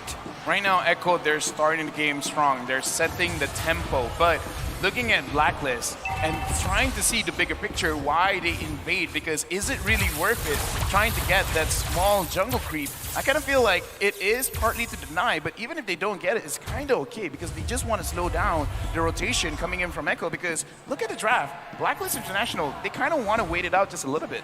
I think they're trying to make sure that they abuse the early game potential of a Lunox, because deceptively, even though Lunox is a late game hero, the early game is just sustainable, good burst damage, and like this, good outplay potential as well to try and save you from sticky situations. And look at Yawi though. Oh! Sidestep! Numenon Blast! And they put up the bulwark, forcing an ult from Oh My Venus, but Oheb is gonna fall regardless, with Sanford dashing on through the back line. Popping that ult, but it's an overkill. Echo now 1,000 ahead, 3 minutes in. I mean, they get Oheb though, so is it really an overkill? And Call Easy though, go for a solo play, gets Oh My Venus. Echo right now trying to get all the control possible in this early game. Oh, they put the pedal to the metal, because look at Yawi cutting behind this tier 1 turret. There's another fight. Here's Wise sandwiched by 3 members, looking for some CC. That's Echo. Oh, they are in too deep. Wise down to a fifth of his health. Pop in the ult. Oh My Venus, putting them all in shape. Now, there's Numenon Blast cancelled. Edward, the answer. Oh, Wise very low. There's a grab, and a pull. Another heal coming in. Edward taken down. Sanji gets the kill, and look at Sanford dashing on through the back line. This is dangerous. This is dangerous. Look at Haji. He's very low as well. Dashing on through using the darkness. And Easy confirms a kill underneath tier 1. It's only 4 minutes in, and Echo's already 2K ahead.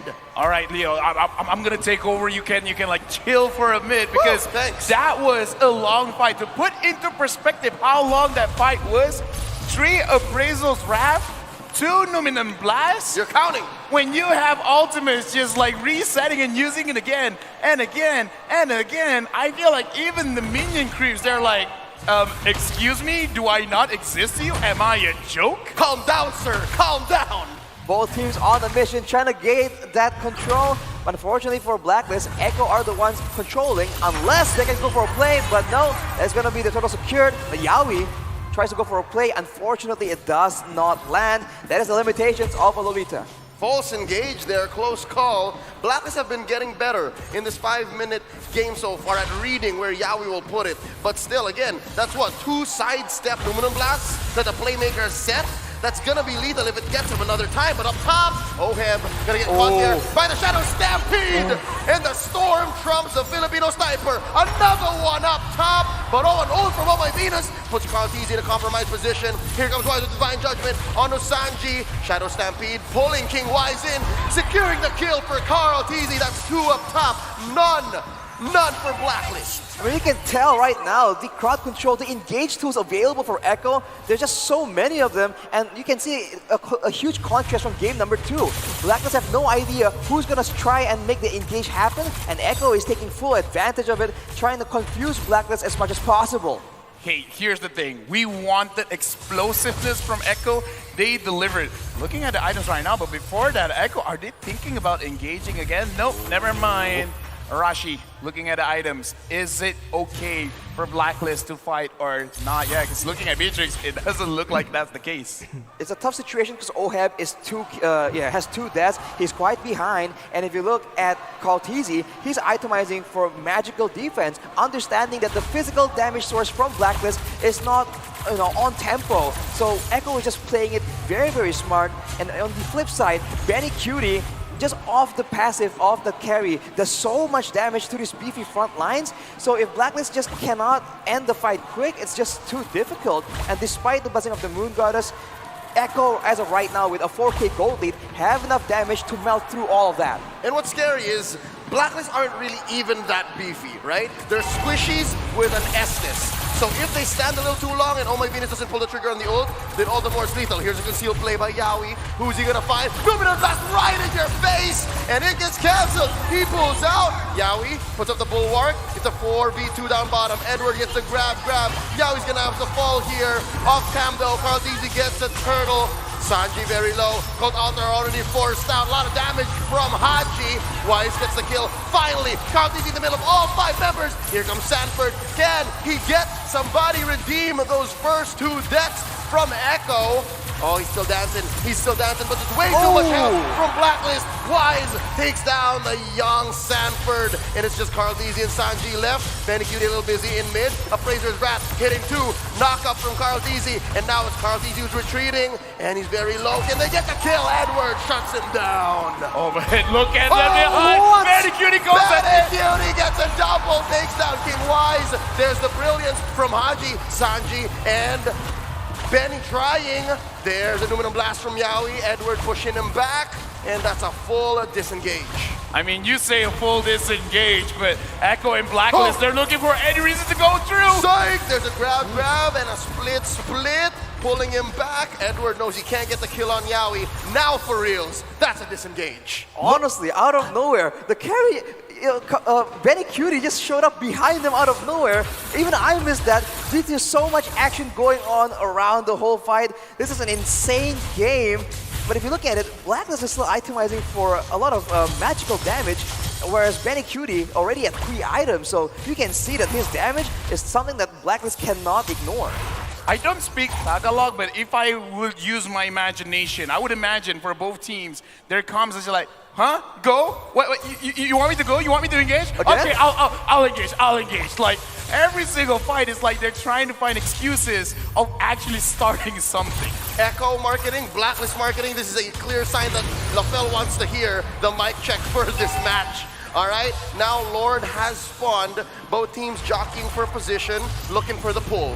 I feel like if Echo can go in together, not one by one like we saw in the previous fight, they have a really good chance of just winning decisively in these team fights due to their gold lead. But now Sanford is the one initiating that play, but look at the Numinum Blast! Oh! Yaoi gets 3 underneath it. Ohem with Nibiru's passion, bombs away with Bennett. Cold Alta right on cue from Sanji. Edward very low. Benny Cutie takes him down. Another falls. Wise is down. No rescue for Blacklist International. They're not done. There's a stun onto Haji, and there's a pull. Down he goes. Sanji gets the kill. 3 for none so far. V and Ohem are forced to back out. Lord going over to Echo.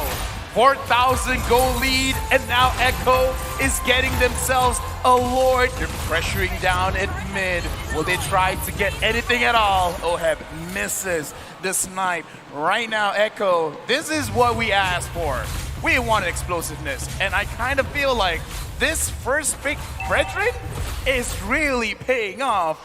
I don't know. If it were me, I'm not letting this Frederick go through again. I mean, it is still sitting at a very high win rate, but honestly, Benny Cutie, despite all the skills, all the effort Blacklist is throwing at him, still on 0 deaths. The protection coming in from his whole team is just so obnoxious as he is just free hitting in the back, doing a lot of damage, and with that passive, Edward can't even stay for long. Right now, the Lord is at top. Blacklist International, they're waiting. Oh, if they get engaged. Divine Judgment on the Yaoi. Called Altar Force out of Sanji, but they're still going to continue. Oh. Do it on Blast on the 2. They're going to retreat underneath their tier 1. Lord still alive, less than half health. Blacklist going to clean up house. Could have been lethal, but the world champions defend. I mean, you can see that for Echo, burst damage isn't exactly what they have to go for. It's for the most part a lot of DPS from Sanford and Benny Cutie. So if Blacklist can just disengage from the long prolonged team fights, I think they can have a good chance in staying in this game. But with the powered waves, Echo is going to try and make sure that they have all lanes under control and they have full coverage on the jungle of Blacklist International. Right now, I'm just looking at a KDA. Sanford 0-1 and 6, Yaoi 0-1 and 8, Sanji 2-1 and 8. This does show every single fight, everyone's basically involved. And they have a lot of ways to engage. And this is making it very difficult for Blacklist because they want to be able to disengage, but then the focus is everywhere. Who do you really focus on? Sanji, Yaoi, Sanford? You want to focus on Carl Deasy, but he looks nigh indestructible. They have perfected the Orca Pod strat. This is it. This is their version of the Ube, and it has its own distinct flavor, and I'm here for it. Look at the item right now. You can see that Sanford has the glowing one, so even more percentage HP damage being chunked out towards Blacklist International. Of course, the Kaja, the Glue, as well as the Estes, these are all ripe targets for the source of damage from the Joy. And you can see that Sanji has built the Necklace of Durance as well, ensuring that the longer the fight goes, that healing gets less and less. And with an 8k gold lead, I don't even know if they really need that. It's insane. But looking at this right now, OHEB already having 3 items, I kind of feel like it is definitely comebackable because Beatrix, of course, has been changed like every single patch. And the recent patch right now is that Beatrix is still very strong. It's just like very strong, almost like ultra late game, like 3 items, 4 items. So it's definitely comebackable because they have the damage for it. It's just like, again, like the Orca pod strategy where you're like overloading the senses of your opponent and be like, what am I really gonna do with all of this pressure coming in? OHEB is gonna have a difficult time sniping the correct targets because who's the right target? Yep, and just as we're talking about it, Carl TZ pulls the Lord. Could happen any minute. Orca Pod versus Ubistrat. It could come to a head anytime soon. Lord at less than half its health. Look at where Yaoi is. Look at that big Ube Blacklist in that purple side jungle. As far as I'm concerned, it's a free Lord for Echo. Yeah, it seems like Blacklist will back away from it. It's just way too risky without any information. That will be a free Lord for Echo. Gold lead extending to 10k. And by the way, Benny Cutie has an Athena shield as well right now. He is covering all bases, ensuring that a shutdown is the last thing possible for Blacklist International. I feel like that's a very good call because you have to understand the geography of the map because a lot of tight spaces is very good for Echo. A lot of bushes makes it so that at any point of time, a crazy engage could happen. And Blacklist, the way that they can counter-engage is through Wise, is through Edward. Without a proper vision, it is going to be very, very difficult right now. Lord in mid. Oh, very good defense so far. Wise playing with fire. There's a Lumina Blast with a flicker in by Yaoi. Stuns 3 underneath here. 3. That's an inhibitor at jeopardy. And so far, it's dangerous for Echo. Very low. 3 members backing out. Wise looking for someone, looking for anything. And they push back the Orcas. They went for an aggressive play, trying to just crack open the base of Blacklist International, but against a Beatrix, right? That's such a dangerous maneuver. The Dimmer's Passion just chunked through all their HP bars, and even Benny Cutie almost gets taken out, and fortunately, they were able to escape with their lives, but that is now something they know cannot be done. Exactly. 10,000 goal difference, and Blacklist almost killed 3 members of Echo. If that doesn't scream comebackable, I don't know what is. So now, it really is evident. At 50 minutes in the game, looking at the items, Blacklist have basically all the damage that they need. They just need to be able to catch Echo slipping. Exactly, with the Lightning Trojan finished from Haji as well, the Squishier members at least from the side of Echo need to be very careful. And even if you're Carl TZ in the front, we know that Lunox does a lot of damage against tanks as well. So slowly but surely, Blacklist are getting the tools they require to possibly fight back against Echo in these neutral objectives. The question is, how long is it going to take? Because at a 10k gold lead, with the next Lord spawning in 50 seconds, I think it's going to be a bit of a do-or-die situation for both these teams. Yep, we're about a minute away from this Lord. It's going to be enhanced, but not evolved quite yet, so it will ram into turrets. Thinking about how they can make this comeback maybe all the more convincing, I'm waiting for the KDA machine to get that 5th item. I think that's what's needed here.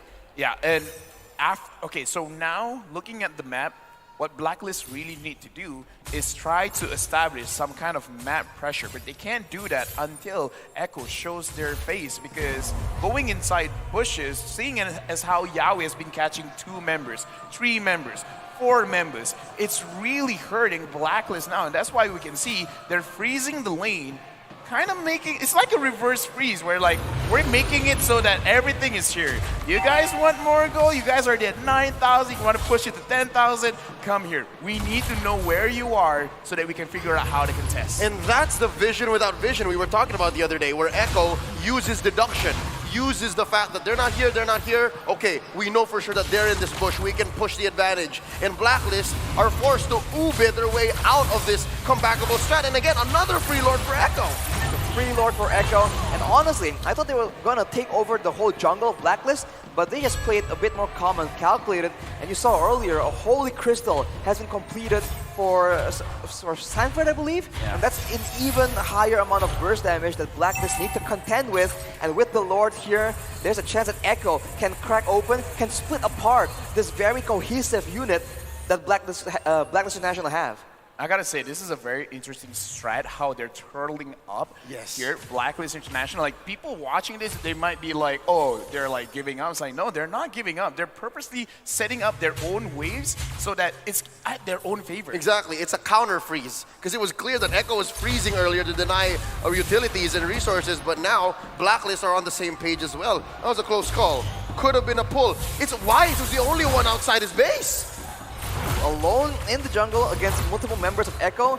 That's a dangerous spot to be playing around with, but maybe Blacklist are trying to use this as a bait. They can go for a big Divine Judgment here if Wise can spot an opportunity. Oh, that's already one inhibitor down in bot. Numenon Blast, confirming the kill, giving it over to Benny Cutie. That's one massive ult away from Echo. How can Blacklist capitalize? They pop Yaoi here, his immortality goes down. Top lane inhibitor goes down as well. Edward survives, but only just as Oh My Venus uses the ult to save Agent Zero. Now the base is in jeopardy. Will Echo force their way into Blacklist's base? They're waiting for a wave. Let's see if they can get this. Sanji blasted here by Haji and Oheb. In comes Sanford, going into the back line. Popping the Filipino sniper. The base gonna go down. Echo takes game 3. The pod of Orcas. So, game 3 goes to Echo. It's gonna be 2-1. Echo only needs one more win for them to be the guys in the finals. Man, again, guys, for the guys who's kind of new on the stuff here, tomorrow is gonna be Indonesia versus Indonesia, which is, oh snap. Look at the Blacklist's reaction. Why is this smiling? Paano mo nasabi what's up? Shout out. So anyways, tomorrow is going to be Indonesia versus Indonesia, which is RRQ versus Onyx. Whoever loses there gets eliminated. But whoever wins tomorrow is going to fight the loser of this team. Okay? Sheesh, what's up? And basically, if you win here, wait, let's listen to this stuff and I'll check the bracket. The Devourers, the Ube threat, leading the series 2-1. Looking at the excitement here in their own room, they're very happy with the results. But again, one more game. It sounds good, but really, it is a lot of pressure with this. Blacklist International, they have to make sure that they bring something towards Echo, because game number 1, Echo, game number 2, Blacklist, game number 3, Echo, they're constantly learning within each other. So I want to learn something from our analysts, where you guys have saw the game. Now please tell us, what is it that we need to learn? Thank you very much, Costas. My name is Jay. Joining me right here is Dave, as well as Gideon, giving you the analyst. But I think the biggest question that we have got to ask, right? Why do they not contest that last Lord?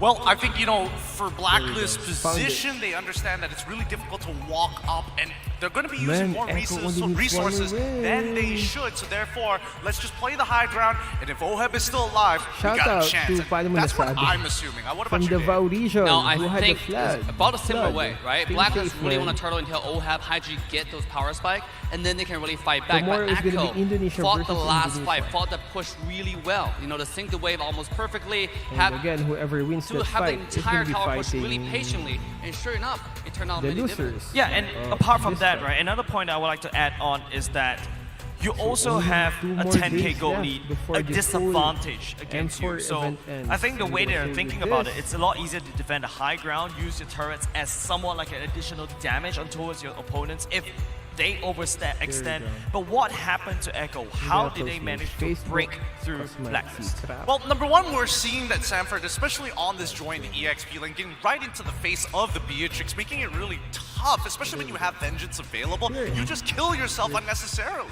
No, I gotta mention about that. That's why in this game, I think Blacklist is playing a little bit too passive and too safe, right? Now, we mentioned how much of a threat Sanford on that Joy. So what if when Sanford jumps in with the Joy, we just decisively use that Divine Judgment with the hook into the Oheb damage, actually into the entire... Sorry. There we go, guys. This is gonna be the final stuff.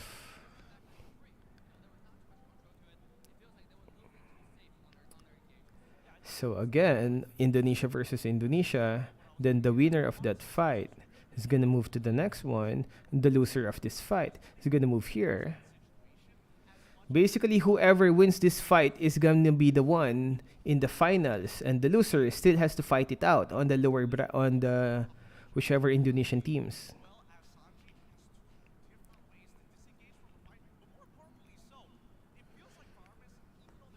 Shout out Cedric Jimenez. So did you guys get it? The winner of this match is gonna be the sure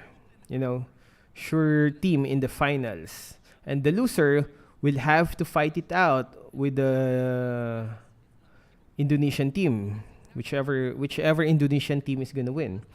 So even if the loser here still has a chance, as long as they beat that Indonesian team, or maybe it's the Indonesian team who's gonna go to the finals. Gets nyo na? Yes. Break the bracket. Rant TV. What's up, Rant NV? Shout out to Rant NV. Yep. Even if Blacklist loses, they still have a chance. But the Indonesian team, whoever it's gonna be, also has a chance. So I think that's it.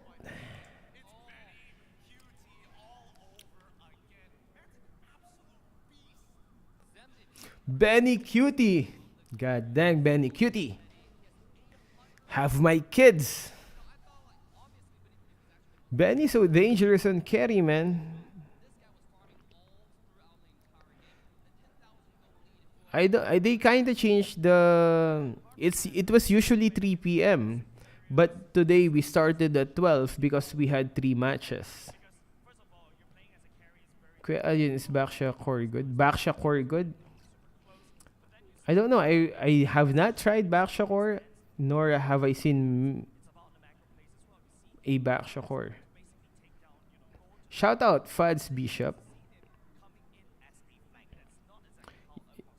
Yeah, BL from M2 also came from the lower brackets. So in the end, it's Indonesia versus PH, man. Are you not bored, Elgin, from Max? Man, as long as they show the crowds, as long as they show the good visual crowds and the interviews, we are not bored. And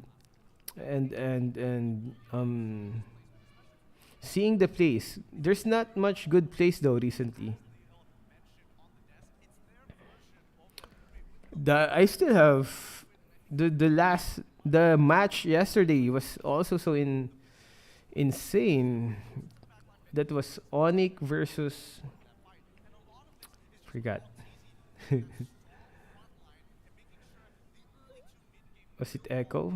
Yeah, Onyx versus Echo. Yep, it was Onyx versus Echo. We're in Hayabusa. Kyrie's Hayabusa did an insane outplay, but they still lost. Even Farsa. You know, right? I had goosebumps watching that Kyrie's Hayabusa, man. Shout out to Eater Main Squad. Drix Koska. What's up? Shout out to Dix Koska. Shout out to Ray Ivan Pagdato. So a few more minutes before the next game, guys. Is it gonna be the last game? Is it gonna be 3-1? Echo. Eater Main Squad, what's up? Shout out to SNH Squad. Sinigang na hotdog. Hopefully that's just for name. And Hayward, Elgin, shave or trim? I like to keep myself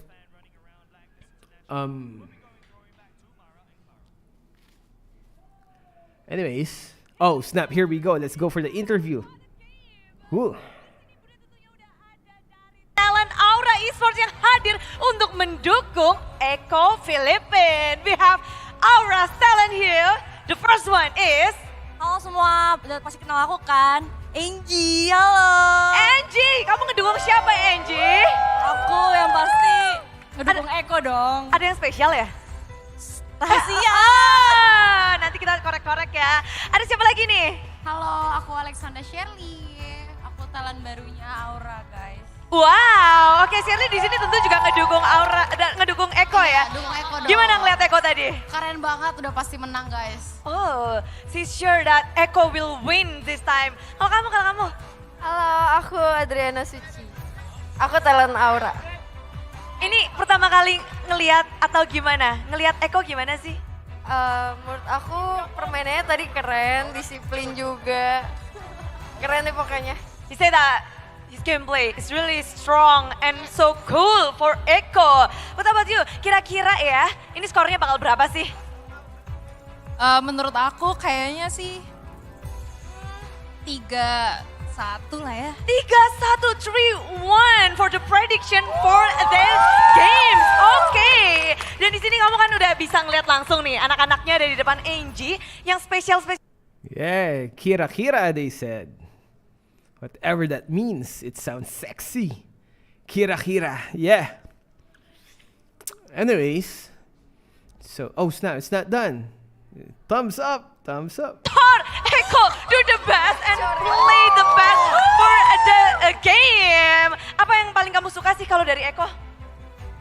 Varsity-nya ungu, terus tuh ganteng-ganteng juga. Abis itu skillnya juga membuat hatiku berdebar-debar ya. Wow, the most interesting things from Eko is the jacket and then the skill and also their face. So handsome ya, you guys so handsome. But of course kita bakal cheer bersama-sama untuk Eko, Eko loud, Eko proud. So kita bakal ada special performance for the cheer, Mara. Oh, we got the cheerleaders up in here. 1, 2, 3, go. Echo! Echo! Join me, everybody. Echo loud. Echo loud. Echo proud. Boom, boom, boom. Casters. Boom, boom, boom to you.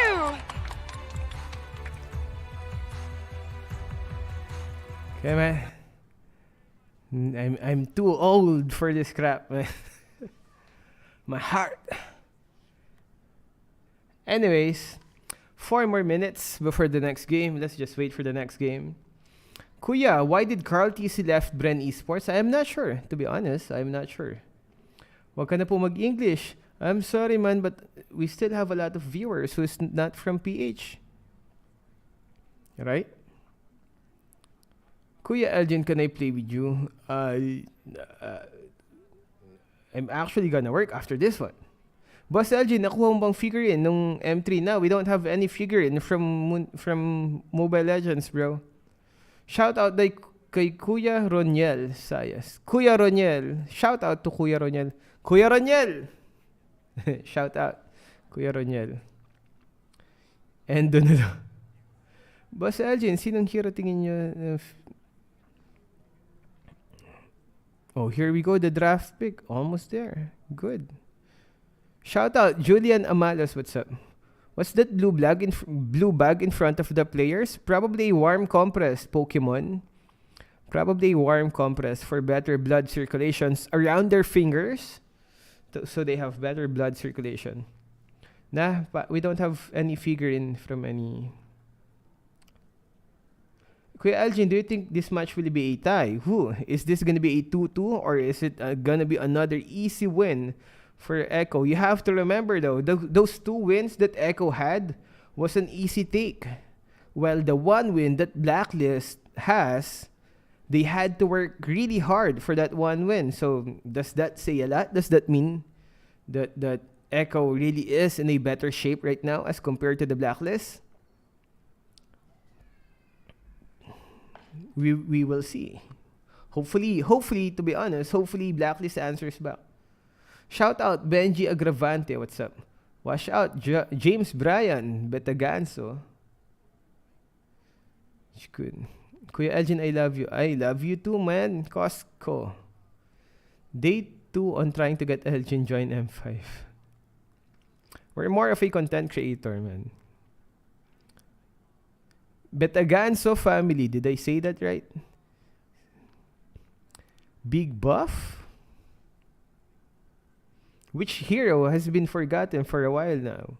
Even Alpha had already received the revamp. Which forgotten hero do you guys think needs a buff? Shout out Jude Talatad. Jude Talatad, walang jowa. That's mean, man. Basil Quinto, what's up? Not revamp. The way they changed alpha skills. Come on, draft pick. Let's go a bit more. Momoyu, what's up? Patikim po ng Elgin buff. Barats is forgotten. No, Barats is picked a lot on this M4 event. Cyclops, kinda. Draw, what's up? Yeah, it's still possible, Christian. It's still possible to see a PH versus PH. One thing's for sure, finals, there's PH is gonna be the finals. Florine, oh yeah, Florine kinda forgotten. Even though she's a bit new. Shout out James Miko. Clark Gerald Tabanaw. Kuya Aljan, what's your level? Now, we actually have a lot of accounts, so we have different levels on the M4. Here we go. Let's focus on the game now. Because this is the... I'm hoping that now they put a hero on him, like a Farsa or an Eve, that can actually get him there. With that being said, we're starting off the draft. And Arashi, I'm just saying, I'm hoping I see a Fredrin ban and... Fredrin ban! Fredrin ban, and on the point of Haji on a Farsa, so far it has been banned on every single game by Echo, and now we're seeing it potentially being left open. So we'll have to see, Leo. I think if they do leave that Farsa available, Blacklist will definitely try and capitalize and use that pick to its full potential. But for now, they're just waiting to see. Will Echo take that risk? They will not. Yeah, Farsa has been banned, but this leaves the carry open. And whenever we go online, you know, Facebook, Swig, TikTok, and all those other social medias, it's like every single time people are talking about why didn't you ban this hero? Why did you let it go through? Why did you let the carry go through? Where, I mean, ladies and gentlemen, we have a limited slots of ban. Not every single hero can be cancelled out. But moving along, Echo now securing E for themselves, which again, really putting a lot of pressure in mid, in the Riverside. But this carry, will this be the difference maker for Blacklist?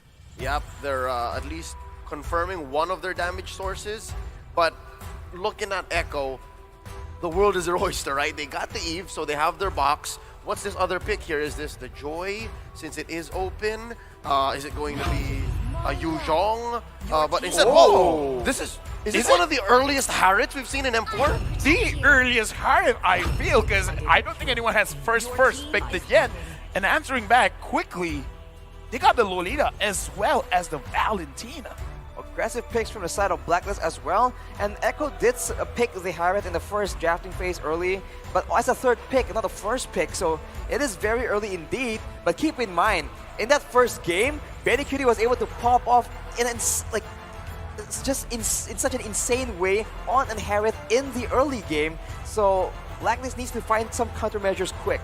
Now, from Tic Tac, Coach Tic Tac, I want to see a Philippine versus Philippine Grand Finals so we can achieve a back-to-back champion from the Philippines. This is his quote, but I don't have to agree. Nah, I don't want another Philippine, but we're moving forward. The Yuzhong has been picked up, and quickly, the glue has been banned. Oh wow, I forgot to mention the glue in the possible first picks for Echo. So this seems to be them showing force, them showing decisiveness, because that Harith did not have to be in that spot. Oh yeah, no, definitely no. I mean, like, sure, you've seen who you're going up against, but the Harith is not always early pick because there are ways to fight against it. But looking at this, if you're willing to pick it up early, there's two things. Either number one, you kind of don't care. Sure, you can have other heroes, you can have specific heroes that counter me, but at the same time, I can outplay it. Or number two, they have a bigger surprise. And I'm hoping for option number 2 of why they're picking up the Harith this early.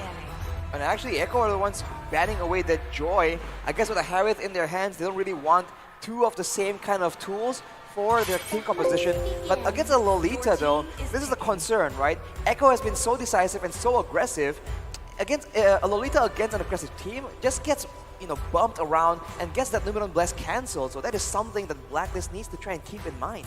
Yeah, and what Blacklist is presenting is the fact that we don't know which hero Wise or Haji is playing still. We don't know where this Valentina is going, but there's already a lot of juicy ults that Valentina can take. In the first phase alone, there's a solid Black Dragon form and a real-world manipulation. Yeah, right now, because looking at Echo, again, let's talk about how they've been playing so far. Applying too much pressure, applying this over-sensory kind of thing with a Black Dragon coming towards you. Yep. Like, in real life, I'll be afraid. Rather not, please. I'd rather not, right? I'm walking, all of a sudden, I'm slowed down by having a cross underneath my feet, and then like in the air, now I got a link to deal with. Again, this looks kind of like a dive and a control kind of comp, where you got a control coming in from the Eve as well as the Harith. A lot of slow there, and then a lot of dive coming in from the Yuzong and the Ling. So you do not want to let Echo start things off. You need to find a way to kind of like push them away for a little bit. So now, Barats as well as Lapu Lapu getting picked up. Is this the right answers to what Echo is, showing problems to?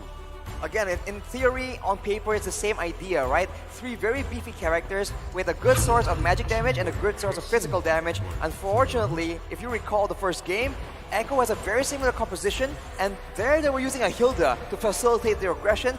Now they can use this Grok, so we'll have to see which one's worse, because of course, Blacklist was using a different composition as well.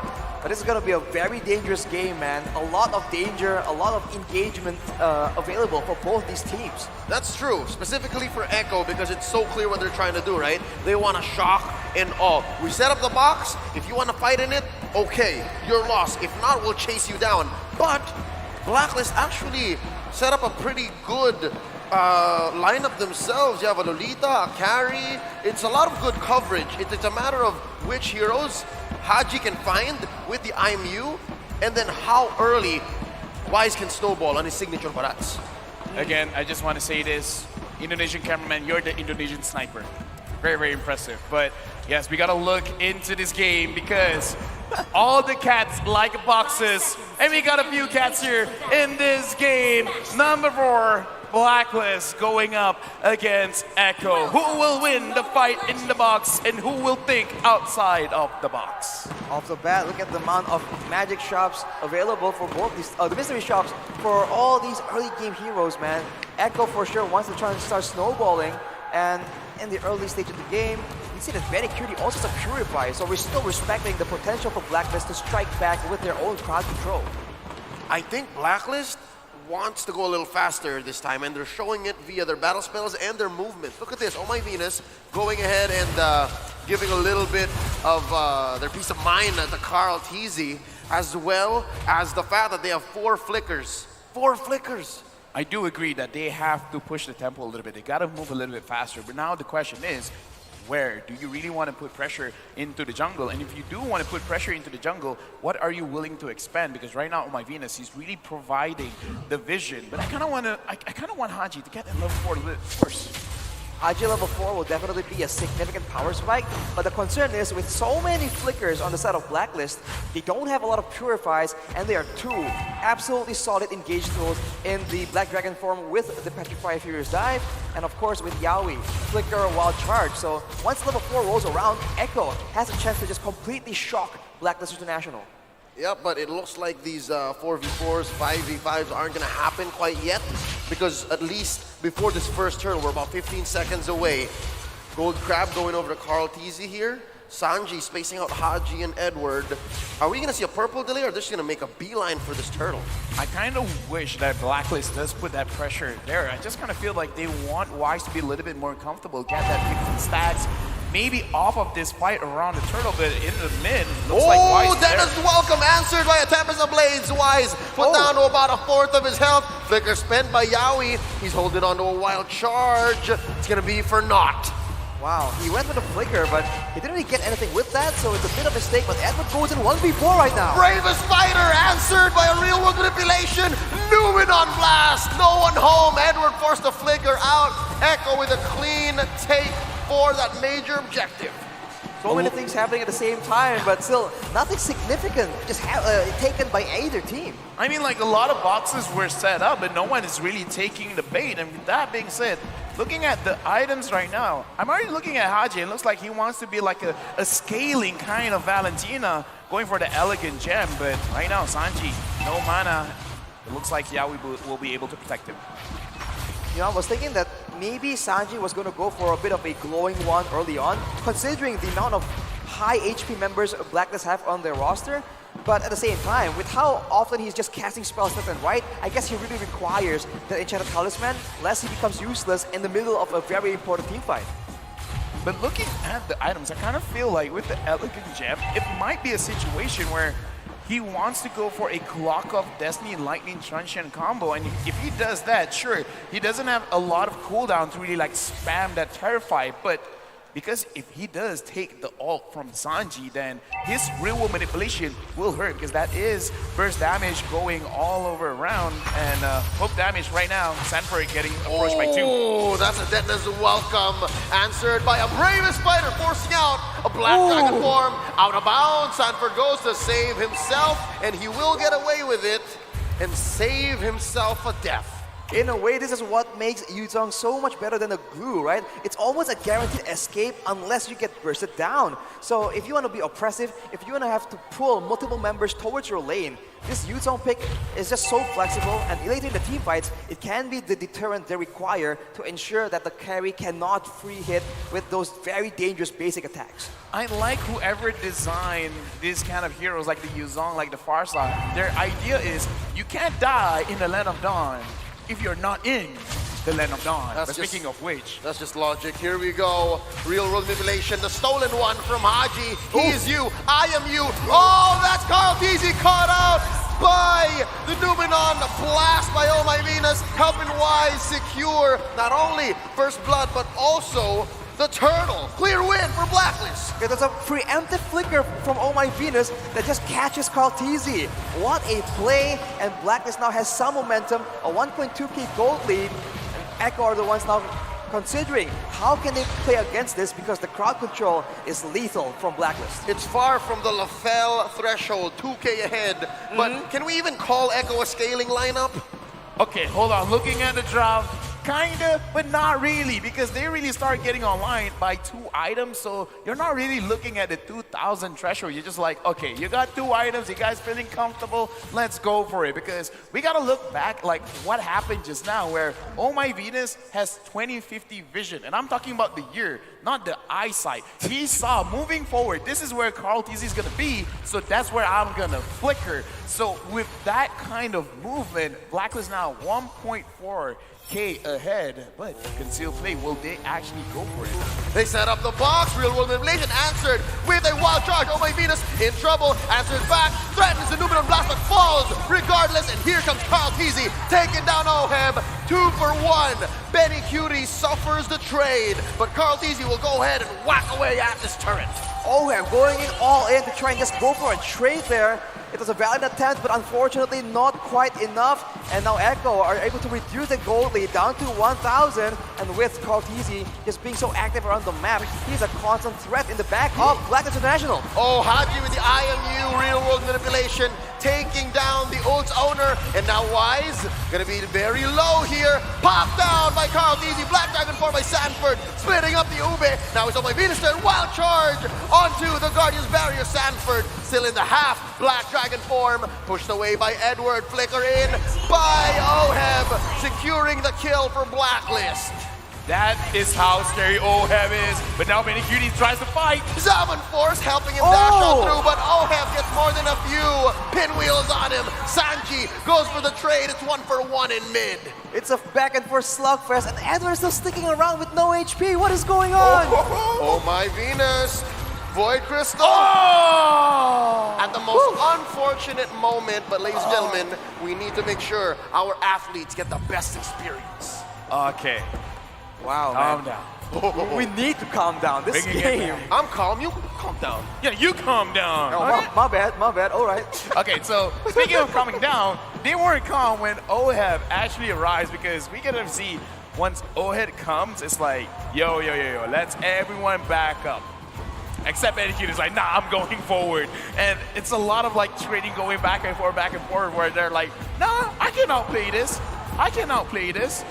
In that kind of sense, I kind of feel like, oh my goodness, he might be thinking, he's like, how can I outplay this? Trust me, I can outplay this. Yeah, famous last words. But Famous last came word. down to a trade. And again, if the margin is that small, I'm not sure like which shot caller wants that trade, right? Whether Oh My Venus or Yaoi are happy to make those sacrifices. I feel like the more we go into that mid-game, Echo will have a lot more potential. I mean, early on, we see that the Yu Song, right? He comes in, he was able to get the Petrified Wrong combo camera. onto Haji, but he does not have enough damage. Lafel, keep your head in the game, man. Hold on. What is that? Kapanya bisa M4. M4. It says M4 date, barang, so like M4 date with someone. Oh, she wants an I M4 couldn't date read with the rest. someone. But what I want is to go back into the game where it looks like Oh My Venus was taken down. There you go. See, I was wondering, like, was it worth it for the shot callers to force this out? Now, Carl TZ a little too late to the party. Gonna go on this wall with Sanford as only support. Whoa. Tempest of Blades up, plus a Retribution. But it's not enough. It's Wise who secures it. That is unfortunate, and I feel like Echo is just trying so hard to just make so many things happen, and Wise just takes the purple just under the nose of Kaltizi. Second time. Dua. Second time that he stole the purple. Dua Kali, and now look at this. They're freezing it up. They're already starting it. It's like, okay, that's what you want, and now they want Sanford, and they got it. It's a lot of damage, and despite how tanky Sanford is on the Dude Song, this carry damage is insane. I thought he was still in the Black Dragon form earlier, but I guess it wasn't. The Luminous Blast just ends his fate there. So now Echo, despite having a snowballing lineup, they are the ones falling back behind, getting closer and closer to that Lafel threshold. Two things here. The Black Dragon form only really provides you so much extra HP, right? And second, the Orcas are getting the treatment that the King of Kings suffered in the hands of Blacklist just a few nights ago, right? They were doing the same thing, like, I will only take the big buff and leave the little one so that if it does respawn, you don't see it. Sometimes mercy is not good, man. Showing mercy to the little one is like, I'm not gonna sacrifice you. You didn't ask for this. Regardless of the size of your opponent, you give your all. Exactly. Now, Wise getting trapped here. Oh, Zaman 4 set down by Benny Cutie. Kaltizi waiting at the wings. There's a knock up on the three members. Sanford, though, takes way too many pinwheels from OHEB. And he goes down. Yaoi next in trouble. And Haji with the RWM of his own. Out swiping, out tapping Sanji. That's 2 free kills going over to Blacks International. They're going to convert into this tier 2 in mid. And Wise going to continue stealing away, choking Kaltizi of his purple buff. Blacklist already at a 4K gold lead. And look at Wise, man. Echo initiated that fight by using everything onto Wise, and he wasn't even taken below half HP. He's just so ahead right now, and Carl TZ trying to buy some time, trying to make a play happen here, but it's looking bleak for him. Oh, run, Kyle, run! That's 3 members forced out with Indefinite Blades, plus the tail end of the bravest fighter stunning him. He's down to 1/8 of his health, just using all the energy he can. Spotted up by OHEB, and he cancels the recall. He's here, right in the middle of both mid and top lane inhibitors. The Filipino sniper has his man. Getting closer and closer to the 100 kill. Right now, Blacklist with almost 4,000 gold lead.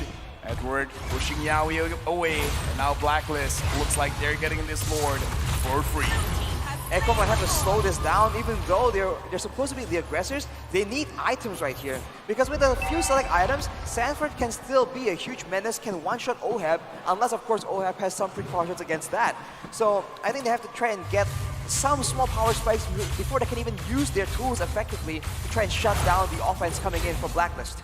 Now let's talk about OHEB again. Is now ranked number 1. Numero uno, numero satu in total kills in M series with 233 kills, just surpassing you guys of 232. Right now, Black Dragon form looking like just trying to push them away. Is he gonna engage? Not yet. Successful defense by Echo. They're still waiting on a wave from up top. It looks like there's still some left in the tank of Blacklist.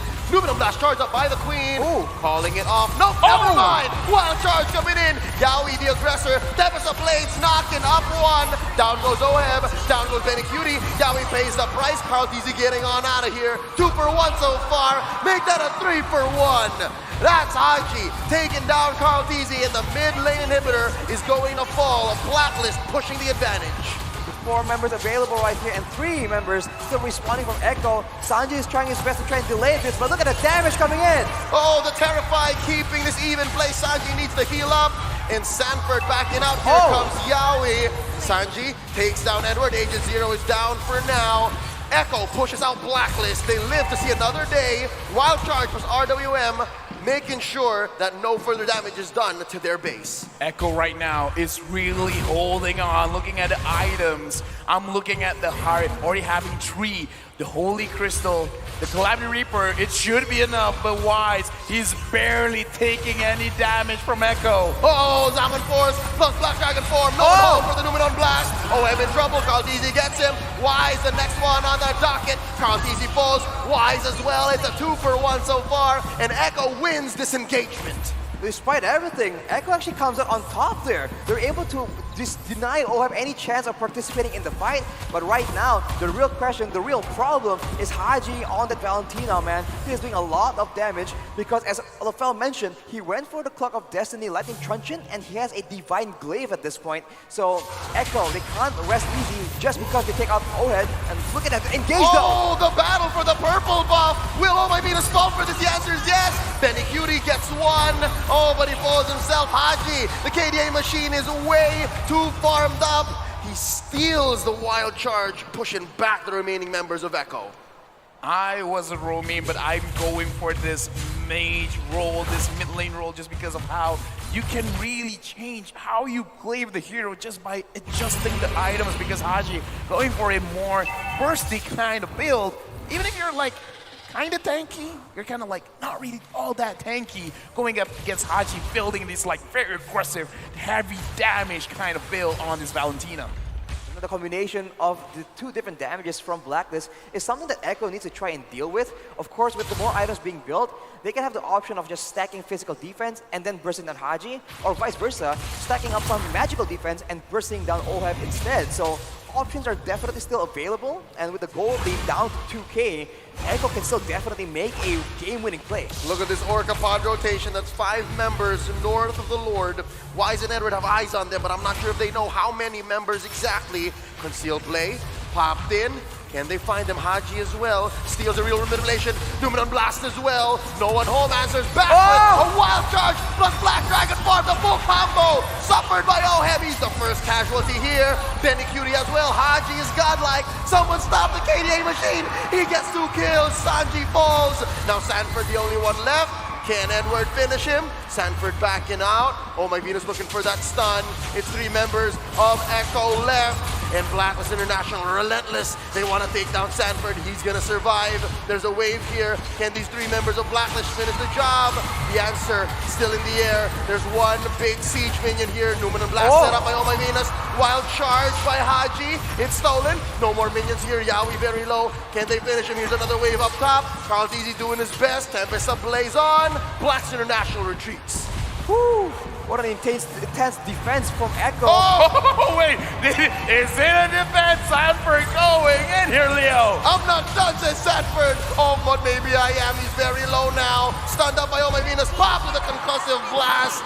Oh, maybe he shouldn't have done that. Now he's thinking twice. I mean, like, here's the thing. We keep talking about there's a line between bravery and stupidity. I'm not saying it's stupid, it's just like, depends on the result. You can call it whatever you want. But speaking of which, Betty Cutie just picked up a very crucial item to make sure that he can survive in the fight. Speaking of which, Lord very low. Edward with the bravest fighter, compromising Sanji, forcing out a real manipulation. Edward does get him down. Yaoi gets his recall cancelled by Oh My Venus with a blind Numenon Blast. In comes Carl Deasy, knocking him up. OHEB secures the Lord.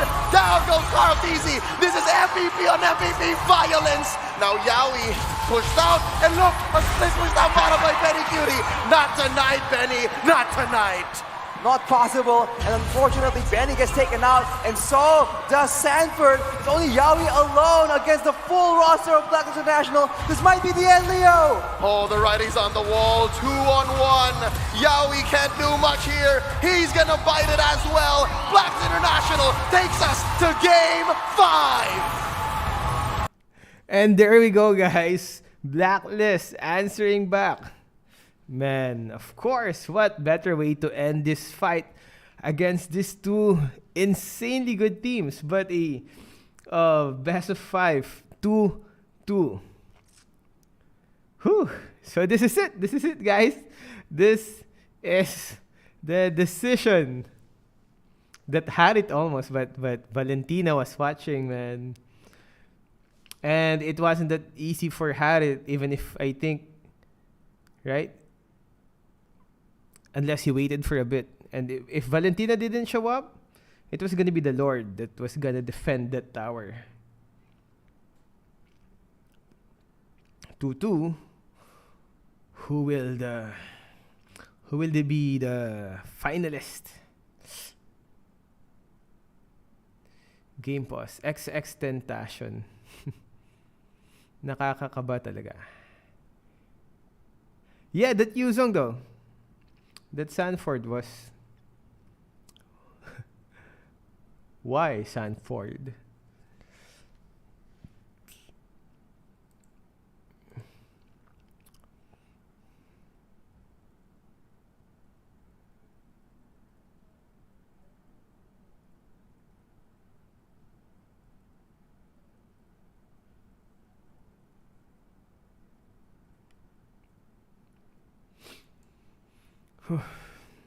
Game 5 in. Hopefully they don't make the waiting too long. Did your heart stop?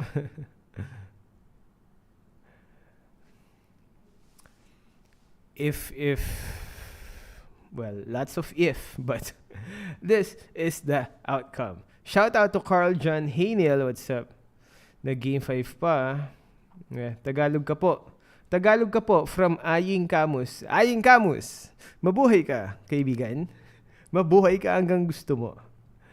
They will show items, right? Yeah, they do show items during the fight. Echo loud and proud. Said by Kent Sanchez and John Ash. Who early bird gaming, what's up? She is excited now sa game 5, as expected. Kuya Elgin, what's your level on the M4 pass? I'm not sure, Chris, because we have a lot of other accounts. 64, we have a 7, like 69. No, my level on M4 is 69. Kuya Elgin, what's your level on the M4 M pass? 69, like I said. Nasa game 5 talaga. Good evening, FC. What's up? Puro scripted sinasabi sa live chat ng official live stream. It was kind of close though. Can you... I don't know, man. Probably not. Because based on the reactions of the players, it looks like they really had a close call. Based on the reactions, the relief on the Blacklist's face.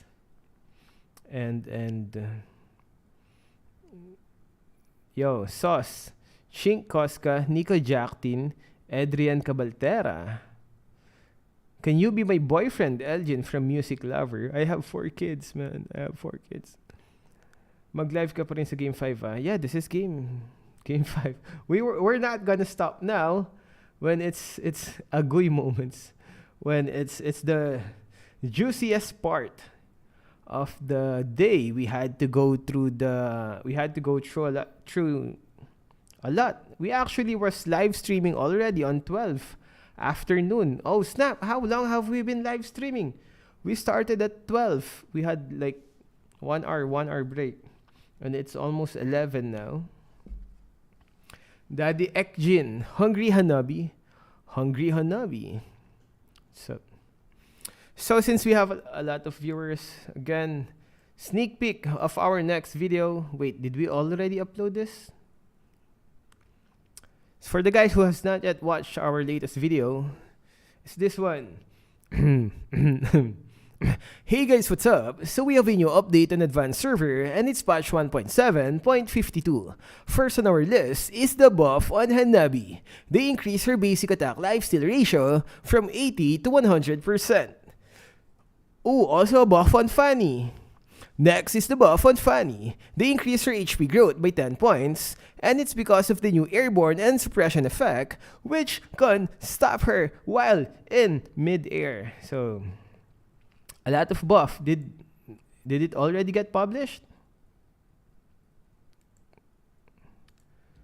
I'm gonna check, because my brother was was the one doing it. I can't check. I can't even check my own channel, man. Update to your mom. Update to your mom. Life-changing 100 points. No, man, Funny got buffed. Dude, I can't even check my own channel. Yeah. Buff on Edit. Nerf on Valentina. Oh, here. Next is the nerf on Valentina. Just like Eve, her ultimate will now have a longer cooldown. That's an additional 15 seconds on the early game and 5 seconds on late. That's what you get for being famous in the M4. That's what you get, Valentina. Valentina now nerfed. Was the video published, guys? I can't check my own channel. Anyways, we're just waiting for the interview, or probably while we're waiting for the interview or visuals of the next game, hopefully they show us more Mara and Clara, just to help us wake up, man, cause it's already almost 11. Oh, it's uploaded na. Okay. So, okay. No need to check them. Thank you for watching the videos. Guys. Thank you for watching our videos. Ilan taon ka na po? We're 36 years old. 36 years old.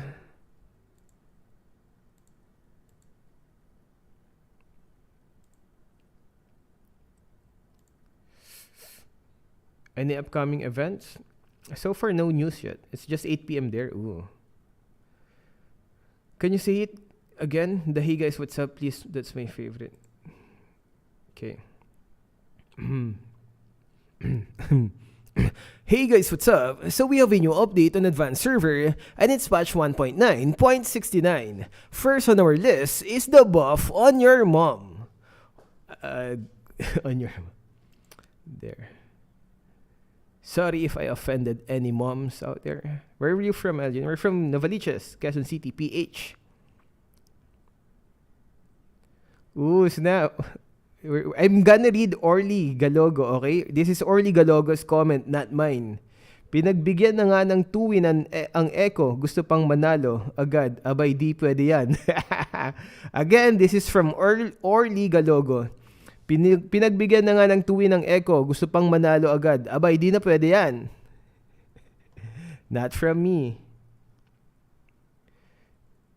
Kuya, asawa reveal. I can't, man. My wife is shy. My mom said she will not give me my allowance if Blacklist lost. I know, right? That Hanabi buff. A lot of people are complaining about the Hanabi buff. Like, it's not enough. Is the Hanabi buff enough for you guys to use Hanabi again? They're saying that the Hanabi shield does not take effect if the CC immunity on the Hanabi shield does not take effect if the damage is much more than the shield. So Franco's hook usually already makes Hanabi's CC shield immunity useless. Yo, thank you, Yasu. Looks like you're late. May anak na po kayo. I have 4 kids. From Fairview, yeah. We sometimes go to SM Fairview for the eat all you can. Yeah, Metro Manila and Novaliches. anak. Yeah, we have 4 kids. I was already a dad. My eldest is 16. And because I was a early boomer. That's why. My eldest is 16 years old because I was a very naughty kid, teenager. I was a naughty teenager, man. That's why. I think you guys can tell, right? That we're a bit kinda not. What's the English word for that, man? Maligalig. Maligalig ako when I was 19. So, I was already a dad when I was 19. You know, I was just having fun. I was playing DOTA. You know, I was playing DOTA, right? Computer shop, right? Because that's what we usually do back then. You hang out in computer shop and play DOTA. I can't say it here, right? So when I was playing, I got a text. You're gonna be a dad. You're gonna be a dad. You're gonna be a dad. I was playing, right? I was playing DOTA. And I put down the phone. I took first blood first. And then I called. I mean, I vividly remember that. That's why. I was using... What was that hero's name? The one that can change all elements with the Phoenix. We shouldn't be talking other games about on this one though. but that one in the one with the Phoenix Reborn. Yeah, Invoker can change. It's so complicated. It's fun. It's so complicated. It's fun. You know, right? How did you meet your girlfriend? Oh, snap. Really? How did I meet my first girlfriend back then? I don't want to. Yahoo chat. You can tell it's an old school thingy because Yahoo chat was still a thing back then. I know a lot of you guys don't know what's Yahoo chat anymore, man. You know what's Yahoo chat? Yeah. Group chats, right? You have rooms for, you know? Heidi Nanoy, what's up, Heidi Nanoy? Come on, game, start already.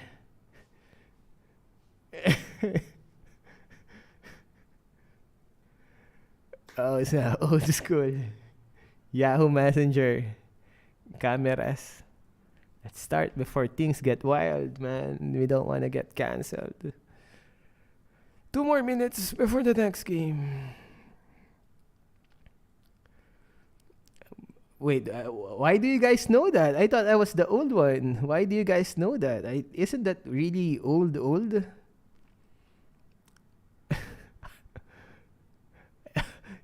Zaptas, how old are you? MIRC? IRRC.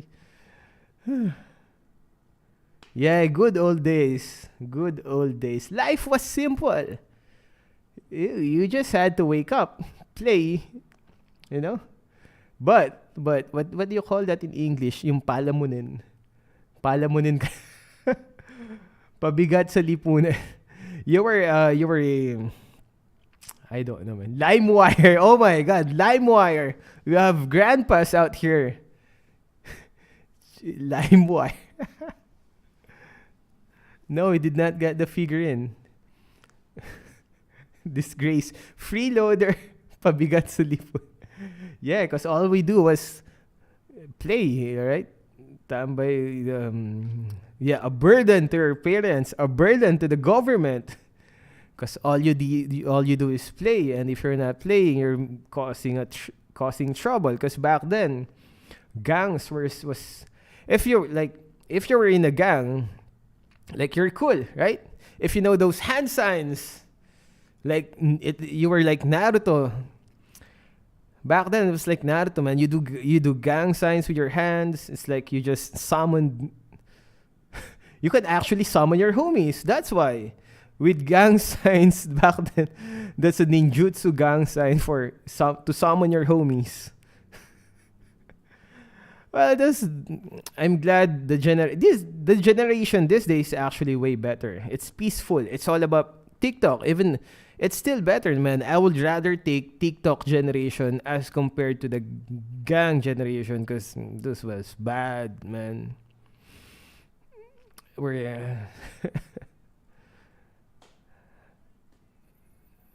Here we go, 19 seconds. Let's go. Let's listen to the game. Whoever loses here will have to face the winner of the Indonesian match. So here we go, guys. Let's go draft pick. Oh, they're tired. They're waiting for dinner. And speaking of waiting for dinner, we will not have to wait so much longer, because going into draft, again, what a weird time to live in. When I hear an analyst say it's unfortunate that they were forced to pick the Ling. I was like, oh man, we don't have any other choice. We have to pick the Ling. Yeah, no, the numbers game for the Ling overall in M4 just aren't in the books, right? So with that being said, before these teams are forced to pick a certain hero, I think it's due diligence that we also give the same love to Blacklist. Real quick, Blacklist! All right, never mind. You know what? We need to talk tomorrow on ground to prep it up. But we are now going into the draft. Echo going up against Blacklist. Diggy's been banned. Your teams were relying on you. You guilt-tripping the please take over. I need some time. All right, so bans aside, it's a very familiar selection here. It's reminiscent of game number 3, actually. Kaja, Cho, as well as the 1-1, and the Benedetta, Farsa, and Diggy. But now you can see that for Echo, it's really going a step in the right direction. Part of the issue that why they can't really melt down Wise on that Barat in the previous game is that they were on a Harith, right? Not exactly a hyper carry like a carry. So now that they have it first picked, now it's the time for Blacklist to adjust and try and find solutions for that. But of course, the Lolita has been picked up along with the Joy. Already looking much better for either, right? Yeah, hydrate, stay hydrated. Already looking better for either team, and you could have sworn it was Blacklist in blue and Echo in red, but it's this pick right here that makes you say, oh, yo, that's definitely the M3 World Champions draft in that lineup. Solid first phase for Echo. Carry, Lolita, Joy, and then for Blacklist, this is as solid an Ube as it gets. Eve, Fredrin, and then Estes. I'm pretty sure this pick and ban has been planned out so well, but the way, like, where I'm standing, where I'm sitting, it looks like let's just draft like we don't care, because you already see the Lolita and you're picking up the Estes, so you know you're going to be clumped up together, so the Numinum Blast is a possibility in your future. So now, looking at the draft, for Blacklist International, you almost want to avoid team fights because having the Frederick, the Eve, the Estes, almost unbeatable. And then looking at Echo, having the carry, you really don't care how many armor that they have. And having the Joy, you also don't care who's in the back line. You're going to be able to disrupt that like nobody's business. I think as long as Echo can provide ample protection for Benny QT right here, it doesn't matter if Oh My Venus sustains the rest of the team.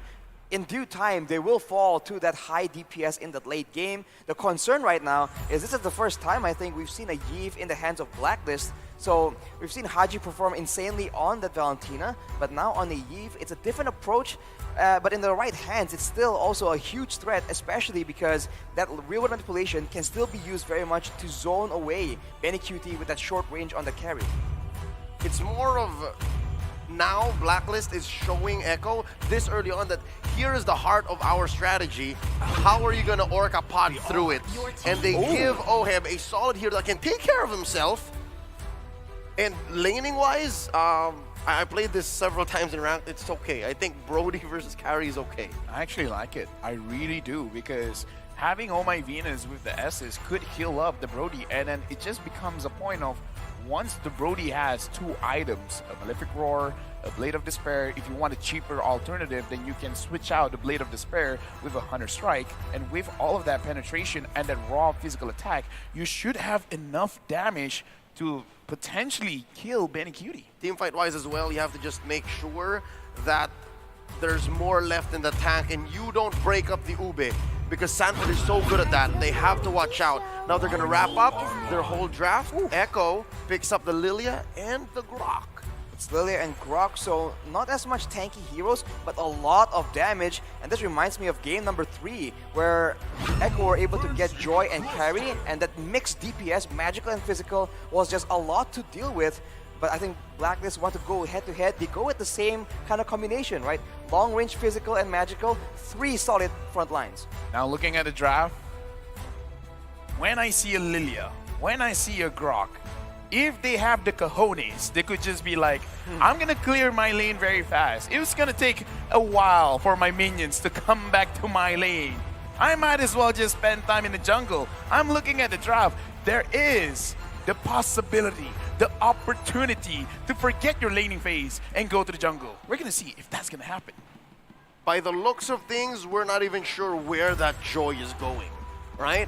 Carl TZ has, in the world stage, played a jungle Grok, so it'll come down to when we enter the Land of Dawn to confirm and to have expectations. Now, we finally see the cheers, the roars, and now the final game of the day between Blacklist International going up against Echo. Whew. Early on, let's take a look at that battle spell. It's going to be Sanford on that Joy, so the very present EXP laner with the Vengeance yet again. And it will be Carl TZ playing that Grok in the jungle. Let's see if this unorthodox pick really pays off. Note though, Edward is going with the sprint, first of all, and Haji has the Impure Rage, so he might just go for something a lot more aggressive. And there we go. Now we gotta confirm it. Now we have to solidify Cutie is the first player to reach 100 kills in M4, and now Sanji, HP very, very low. Will he die? Oh, he does. Haji draws first blood, and I'm not even sure where that purple buff went.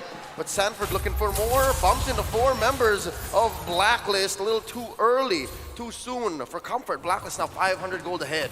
This is a Demon Slayer Grok in the jungle, so you have to question what exactly is the plan. Will he go for damage items and abuse the Grok's passive, or will he go full tank and try and be another counter-engage tool as Wise is just oppressively counter-jungling him? Oh, Appraiser's Wrath sent in. Wise already ahead, very low now. Oh, my Venus needs to heal. King Wise, oh, there's a Guardian's Barrier. Just lacking enough. 1 HP, Wise walks away. Grandma, look at that 1 HP all across the board. And yeah, you talked about it, Carl TZ here with the Grok. We're gonna look at his itemization, but I kind of feel like the proper way is to build like maybe at least a BOD to have a lot of armor on yourself, and then possibly for the Eve, a Radiant armor, and then after that, you know what, you can do whatever you want, because now, the bottom side of the map, Oheb, as well as Cutie, looks like they're not gonna be too aggressive just yet. And speaking of aggressive, we can see that Cutie is now respecting, understands the stakes right here, has it purified just in case, but fight breaks out. Oh, there's a setup. Numenor Blast on the 3, plus a wild charge. Carl TZ very low, doing the power of nature, and Wise still gets it. Oh, Echo's a little skittish, while Blacklist pushes them all out with a 4-man rotation. Blacklist owning the first 2 minutes. Unfortunate, but Carl TZ used his retribution a little bit early. Now looking at the items, looking at the Grok, just a Molten Essence to be sure that he can stay in the jungle, he can clear a little bit faster. But other than that, is there anything worth talking about here? I guess for both mid laners, they want to spam spells out, so they're building towards the Enchanted Talisman, which will be a big factor here, because later on, there's going to be a lot of long-distance fights, but you can see that Haji actually has a lot more gold compared to Sanji because of that roam early on that did not pay off, so that's a bit unfortunate. But Blacklist here will be the one controlling the tempo, as Echo is just waiting for an opportunity, I guess, to go for a big fight in the mid game, perhaps once the turtle spawns. Right now, looking at the emblem setup, so far, so good. Nothing too much to report. Sanford here, being wise. Sanford putting pressure onto Haji. But doesn't look like he could commit too much, but Haji now, 50% HP gone. Down here at the bottom, Yaoi wants to engage, but none is found. Enough to push them away. Guardian's Barrier set up by Carl TZ. Cutie laying down the pinwheels. Haji spots him. There's some CC from Wise. Oh my Venus slowing them down. Healing up Haji. Echo knows this is not a good spot to disengage. Blacklist starting the Ube down here in the gold lane. What's Echo to do? Another Guardian's Barrier from Carl Teasy. Real world manipulation sent in by Haji. Wise confirms a kill onto Sanji. 2 and none so far, 2K ahead. Yaoi's in trouble. Void Crystal sent in. Oheb going in behind enemy lines. Yaoi gets taken down. Appraiser's Rat sent in by Wise. Sanford trying to get something back here, dancing around these 3 members. Cutie bites us as well. Edward finds his man. Sanford's in trouble. Oh, the humanity. Blacklist has dominated bottom lane and are now going to convert into Turtle. Echo just funnel one by one right here, and Cortese now left alone trying to go against 4 people yet again. Oh, knocked up as well. Forces a wild charge on him. There's a grab by Edward. Can he deal enough damage? The answer gonna be yes. With the help of Haji, Numinum Blast from Yaoi, setting Edward where he needs to be. Wise still on the turtle. Real world manipulation here by Haji. Swiping away, tapping. Get this man down goes Sanji. Sanford does shut down Haji though. Too late for that turtle shield, and Oh My Venus could not heal Haji. The KDA machine suffers its first death. Excuse me, Kada Machine. Right now, Oh My Venus 0-0-7, 100% kill participation. And it's very easy to do that when you're all clumped up together. 5-man, walk down, make sure we're gonna stay here and we're not gonna go home empty-handed. Looking at the items now, Oheb already having that Blade of Despair. That's a lot of damage. It's big damn, like Nice likes to say. But Haji has rushed the Ice Queen's wand because he has a bit more mana regeneration from the Impure Wrath emblem. So this is why he went for it. It's a more aggressive choice that allows you to have a lot more crowd control, a lot more damage early on in the game. And you can see that it's paying off. And now Wise is just pushing the advantage again. 3.5k ahead in 5 minutes, that's not easy to achieve, and he's got 4 members on top of him, plus a Numinum Blast, cancelled by Yaoi, Appraiser's Wrath, they oblige, flickering on forward, Oheb finds one, but Yaoi puts up the bulwark at the right time. Oheb in trouble, Oh My Venus heals him up, Carl Dizzy looking for one, Sanji finishes the job. The ult from the Estes, Oh My Venus, not enough to keep the Filipino sniper alive. Can they punish Carl Dizzy? Puts up a Guardian's Barrier, Sanji dropping the shadow energies. Carl Dizzy's gonna fall. Wise takes him down. Edward dancing around Sanford. A lot of damage put on this mid lane tier 1 throughout that skirmish. Unfortunately for Blacklist though, throughout all this chaotic chain of events, Cutie has not been able to secure a single kill as Sanford once again goes in aggressive. Oh, they're not done underneath. Tier 1 in mid. Sanford is threatened with a split. Can Edward get him? Agent Zero wants his man. Sanford a little too fast. Oh, almost triggers the grab there before it timed out. Okay, right now they're being a little bit too aggressive. They're not letting any talking points from any of us. 3.1k gold lead by Blacklist. And I can definitely see right now, looking at how they're moving around, there's a lot of macro plays like, okay, you go here, I go there. We need to secure the turtle. Oh, and we also got to fight. Everyone, make sure you know what you're going to do. But with that being said, Echo, right now it looks like they're being a little bit overwhelmed. Cartesi 0-2-0. Sanji 1-3-1. Blacklist, they're not waiting, they still want to push. Oh, Sanford, you want to dance? Let's dance, Cartesi. Push in the... What? That's not going to happen. Not like this, says Haji. That was a close call. I think even Echo wasn't ready for that fight. But wait, look! They were looking for a clapback from behind! Cutie shuts down King Wise. Oh My Venus is well stunned by the Numinum Blast. And here's the punish. Pops the ult, gets the heal, but Cutie still gets the kill. Carl Dizzy survives with 1 HP. OM gets a trade. 1 for 2. A little bit of breathing room for Echo, but it's not done. Sanford pops the Vengeance. A little too much damage there. Edward gets the kill. Yaoi needs to run here. He can't stay for too long.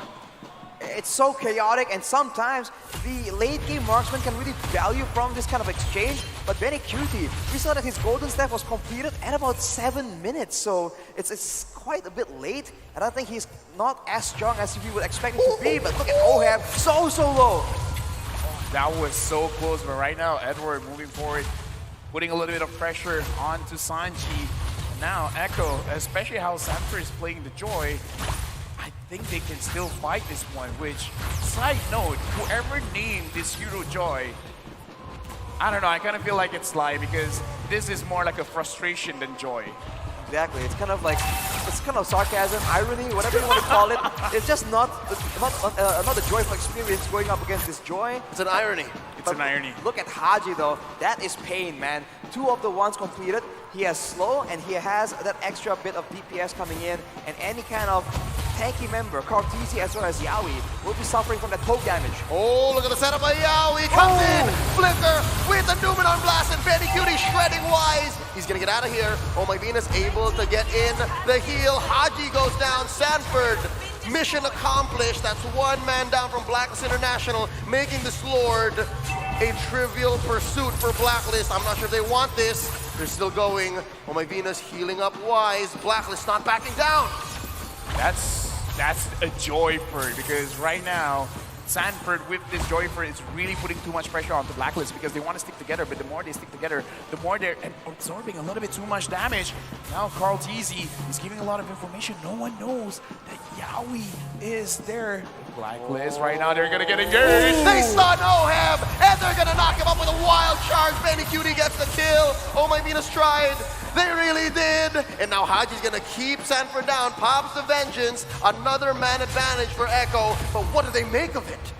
Ooh, it's just so difficult. They can't really fight without Oheb here. He's one of the core damage dealers in this early game on that early game hero, the Brody. He also provides a good deal of crowd control. So without him around, it's just so difficult for Blacklist to try and get a dominant control over the Lord Pit. And Echo, they realize this chance and they're trying to look for another pickup. Conceal. They get the stun on the Edward. They collapse on him, forcing a split. Guardian's barrier put up by Carl Teasy. This whole time wise, start of the Lord with the pull. It gets reset.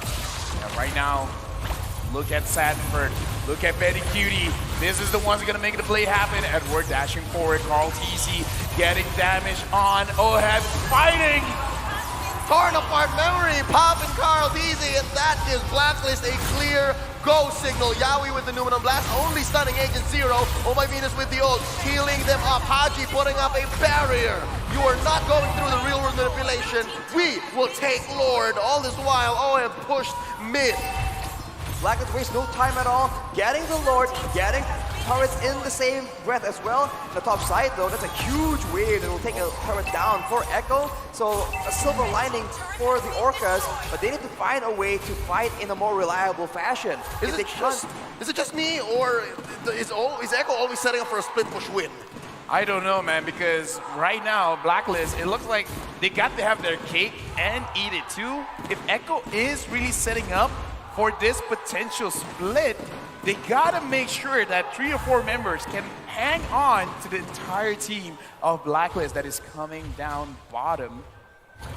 Looking like they're putting pressure. Oh, Yawi's in front. Real revelation set in by Haji, and there's a split already by Edward breaking them up. Yawi gets pulled in. Lord still swinging away. There's a wild charge, plus a Numenon Blast, but Yawi already bites in. Appraiser's Wrath. Set Caldeezy down low enough for Oheb to finish him off. That's 3v5. Blacks International slowly but surely marching through this bottom lane inhibitor. Ladies and gentlemen, this is not looking good for Echo. 2 members down, they can see they're gonna try and defend their mid base turret, but Blacklist, they're moving so quick and they might still keep going. Oh no, there's not enough AoE here. Another torn apart memory. Haji pops a real world manipulation. Down goes Sanford. Sanji's gonna fight it as well. Haji takes him down. And Blacks International is the first Filipino team to confirm a grand finals spot. Right now, looking in the room, looking inside the stage. This, again, the more we look at it, the more possibility, like, there is a chance back to back champions. Ooh. That will be a chance for Blacklist International to make history if it all plays out like you mentioned, Mafel.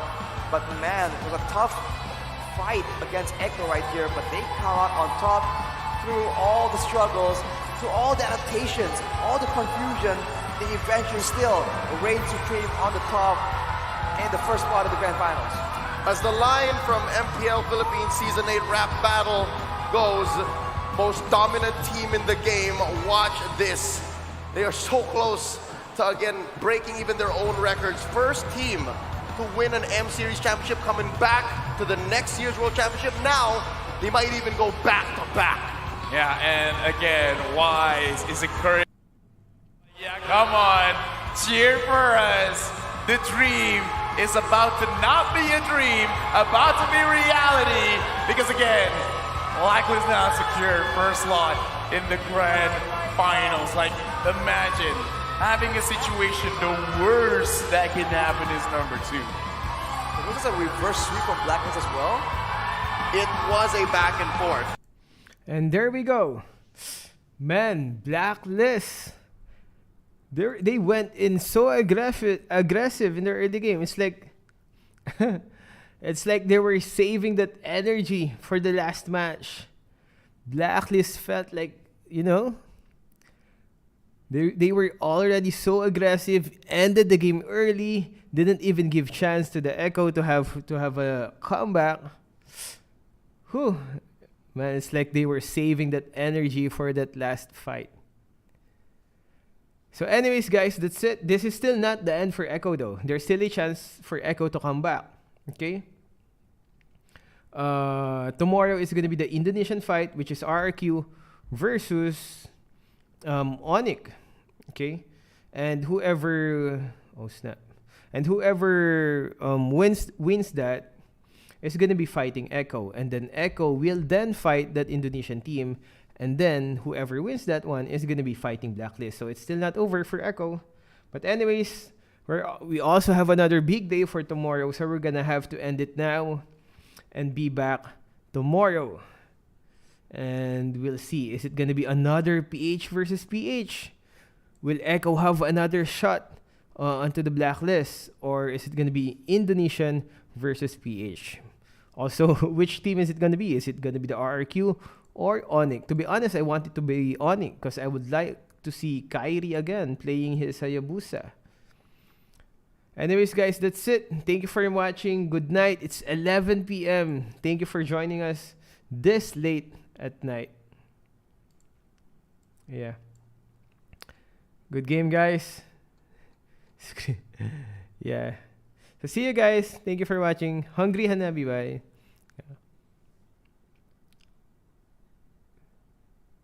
Yo, DJ Waffle again. Thank you for the $200, man. I appreciate the donation and support, bro. Yeah, thank you for your smart commentary. You mean thank you for simping during the break so that I can enter, so that we don't get bored. Here we go. Wait. Where's the outro? Yeah.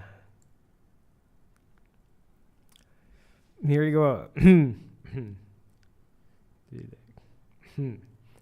So what can you say about that fight? Do you like the winner of the match? Share your thoughts in the comment section. That's all for this video. Stay safe and thank you for watching. See you guys. I love hot babes. Nah, I love you guys.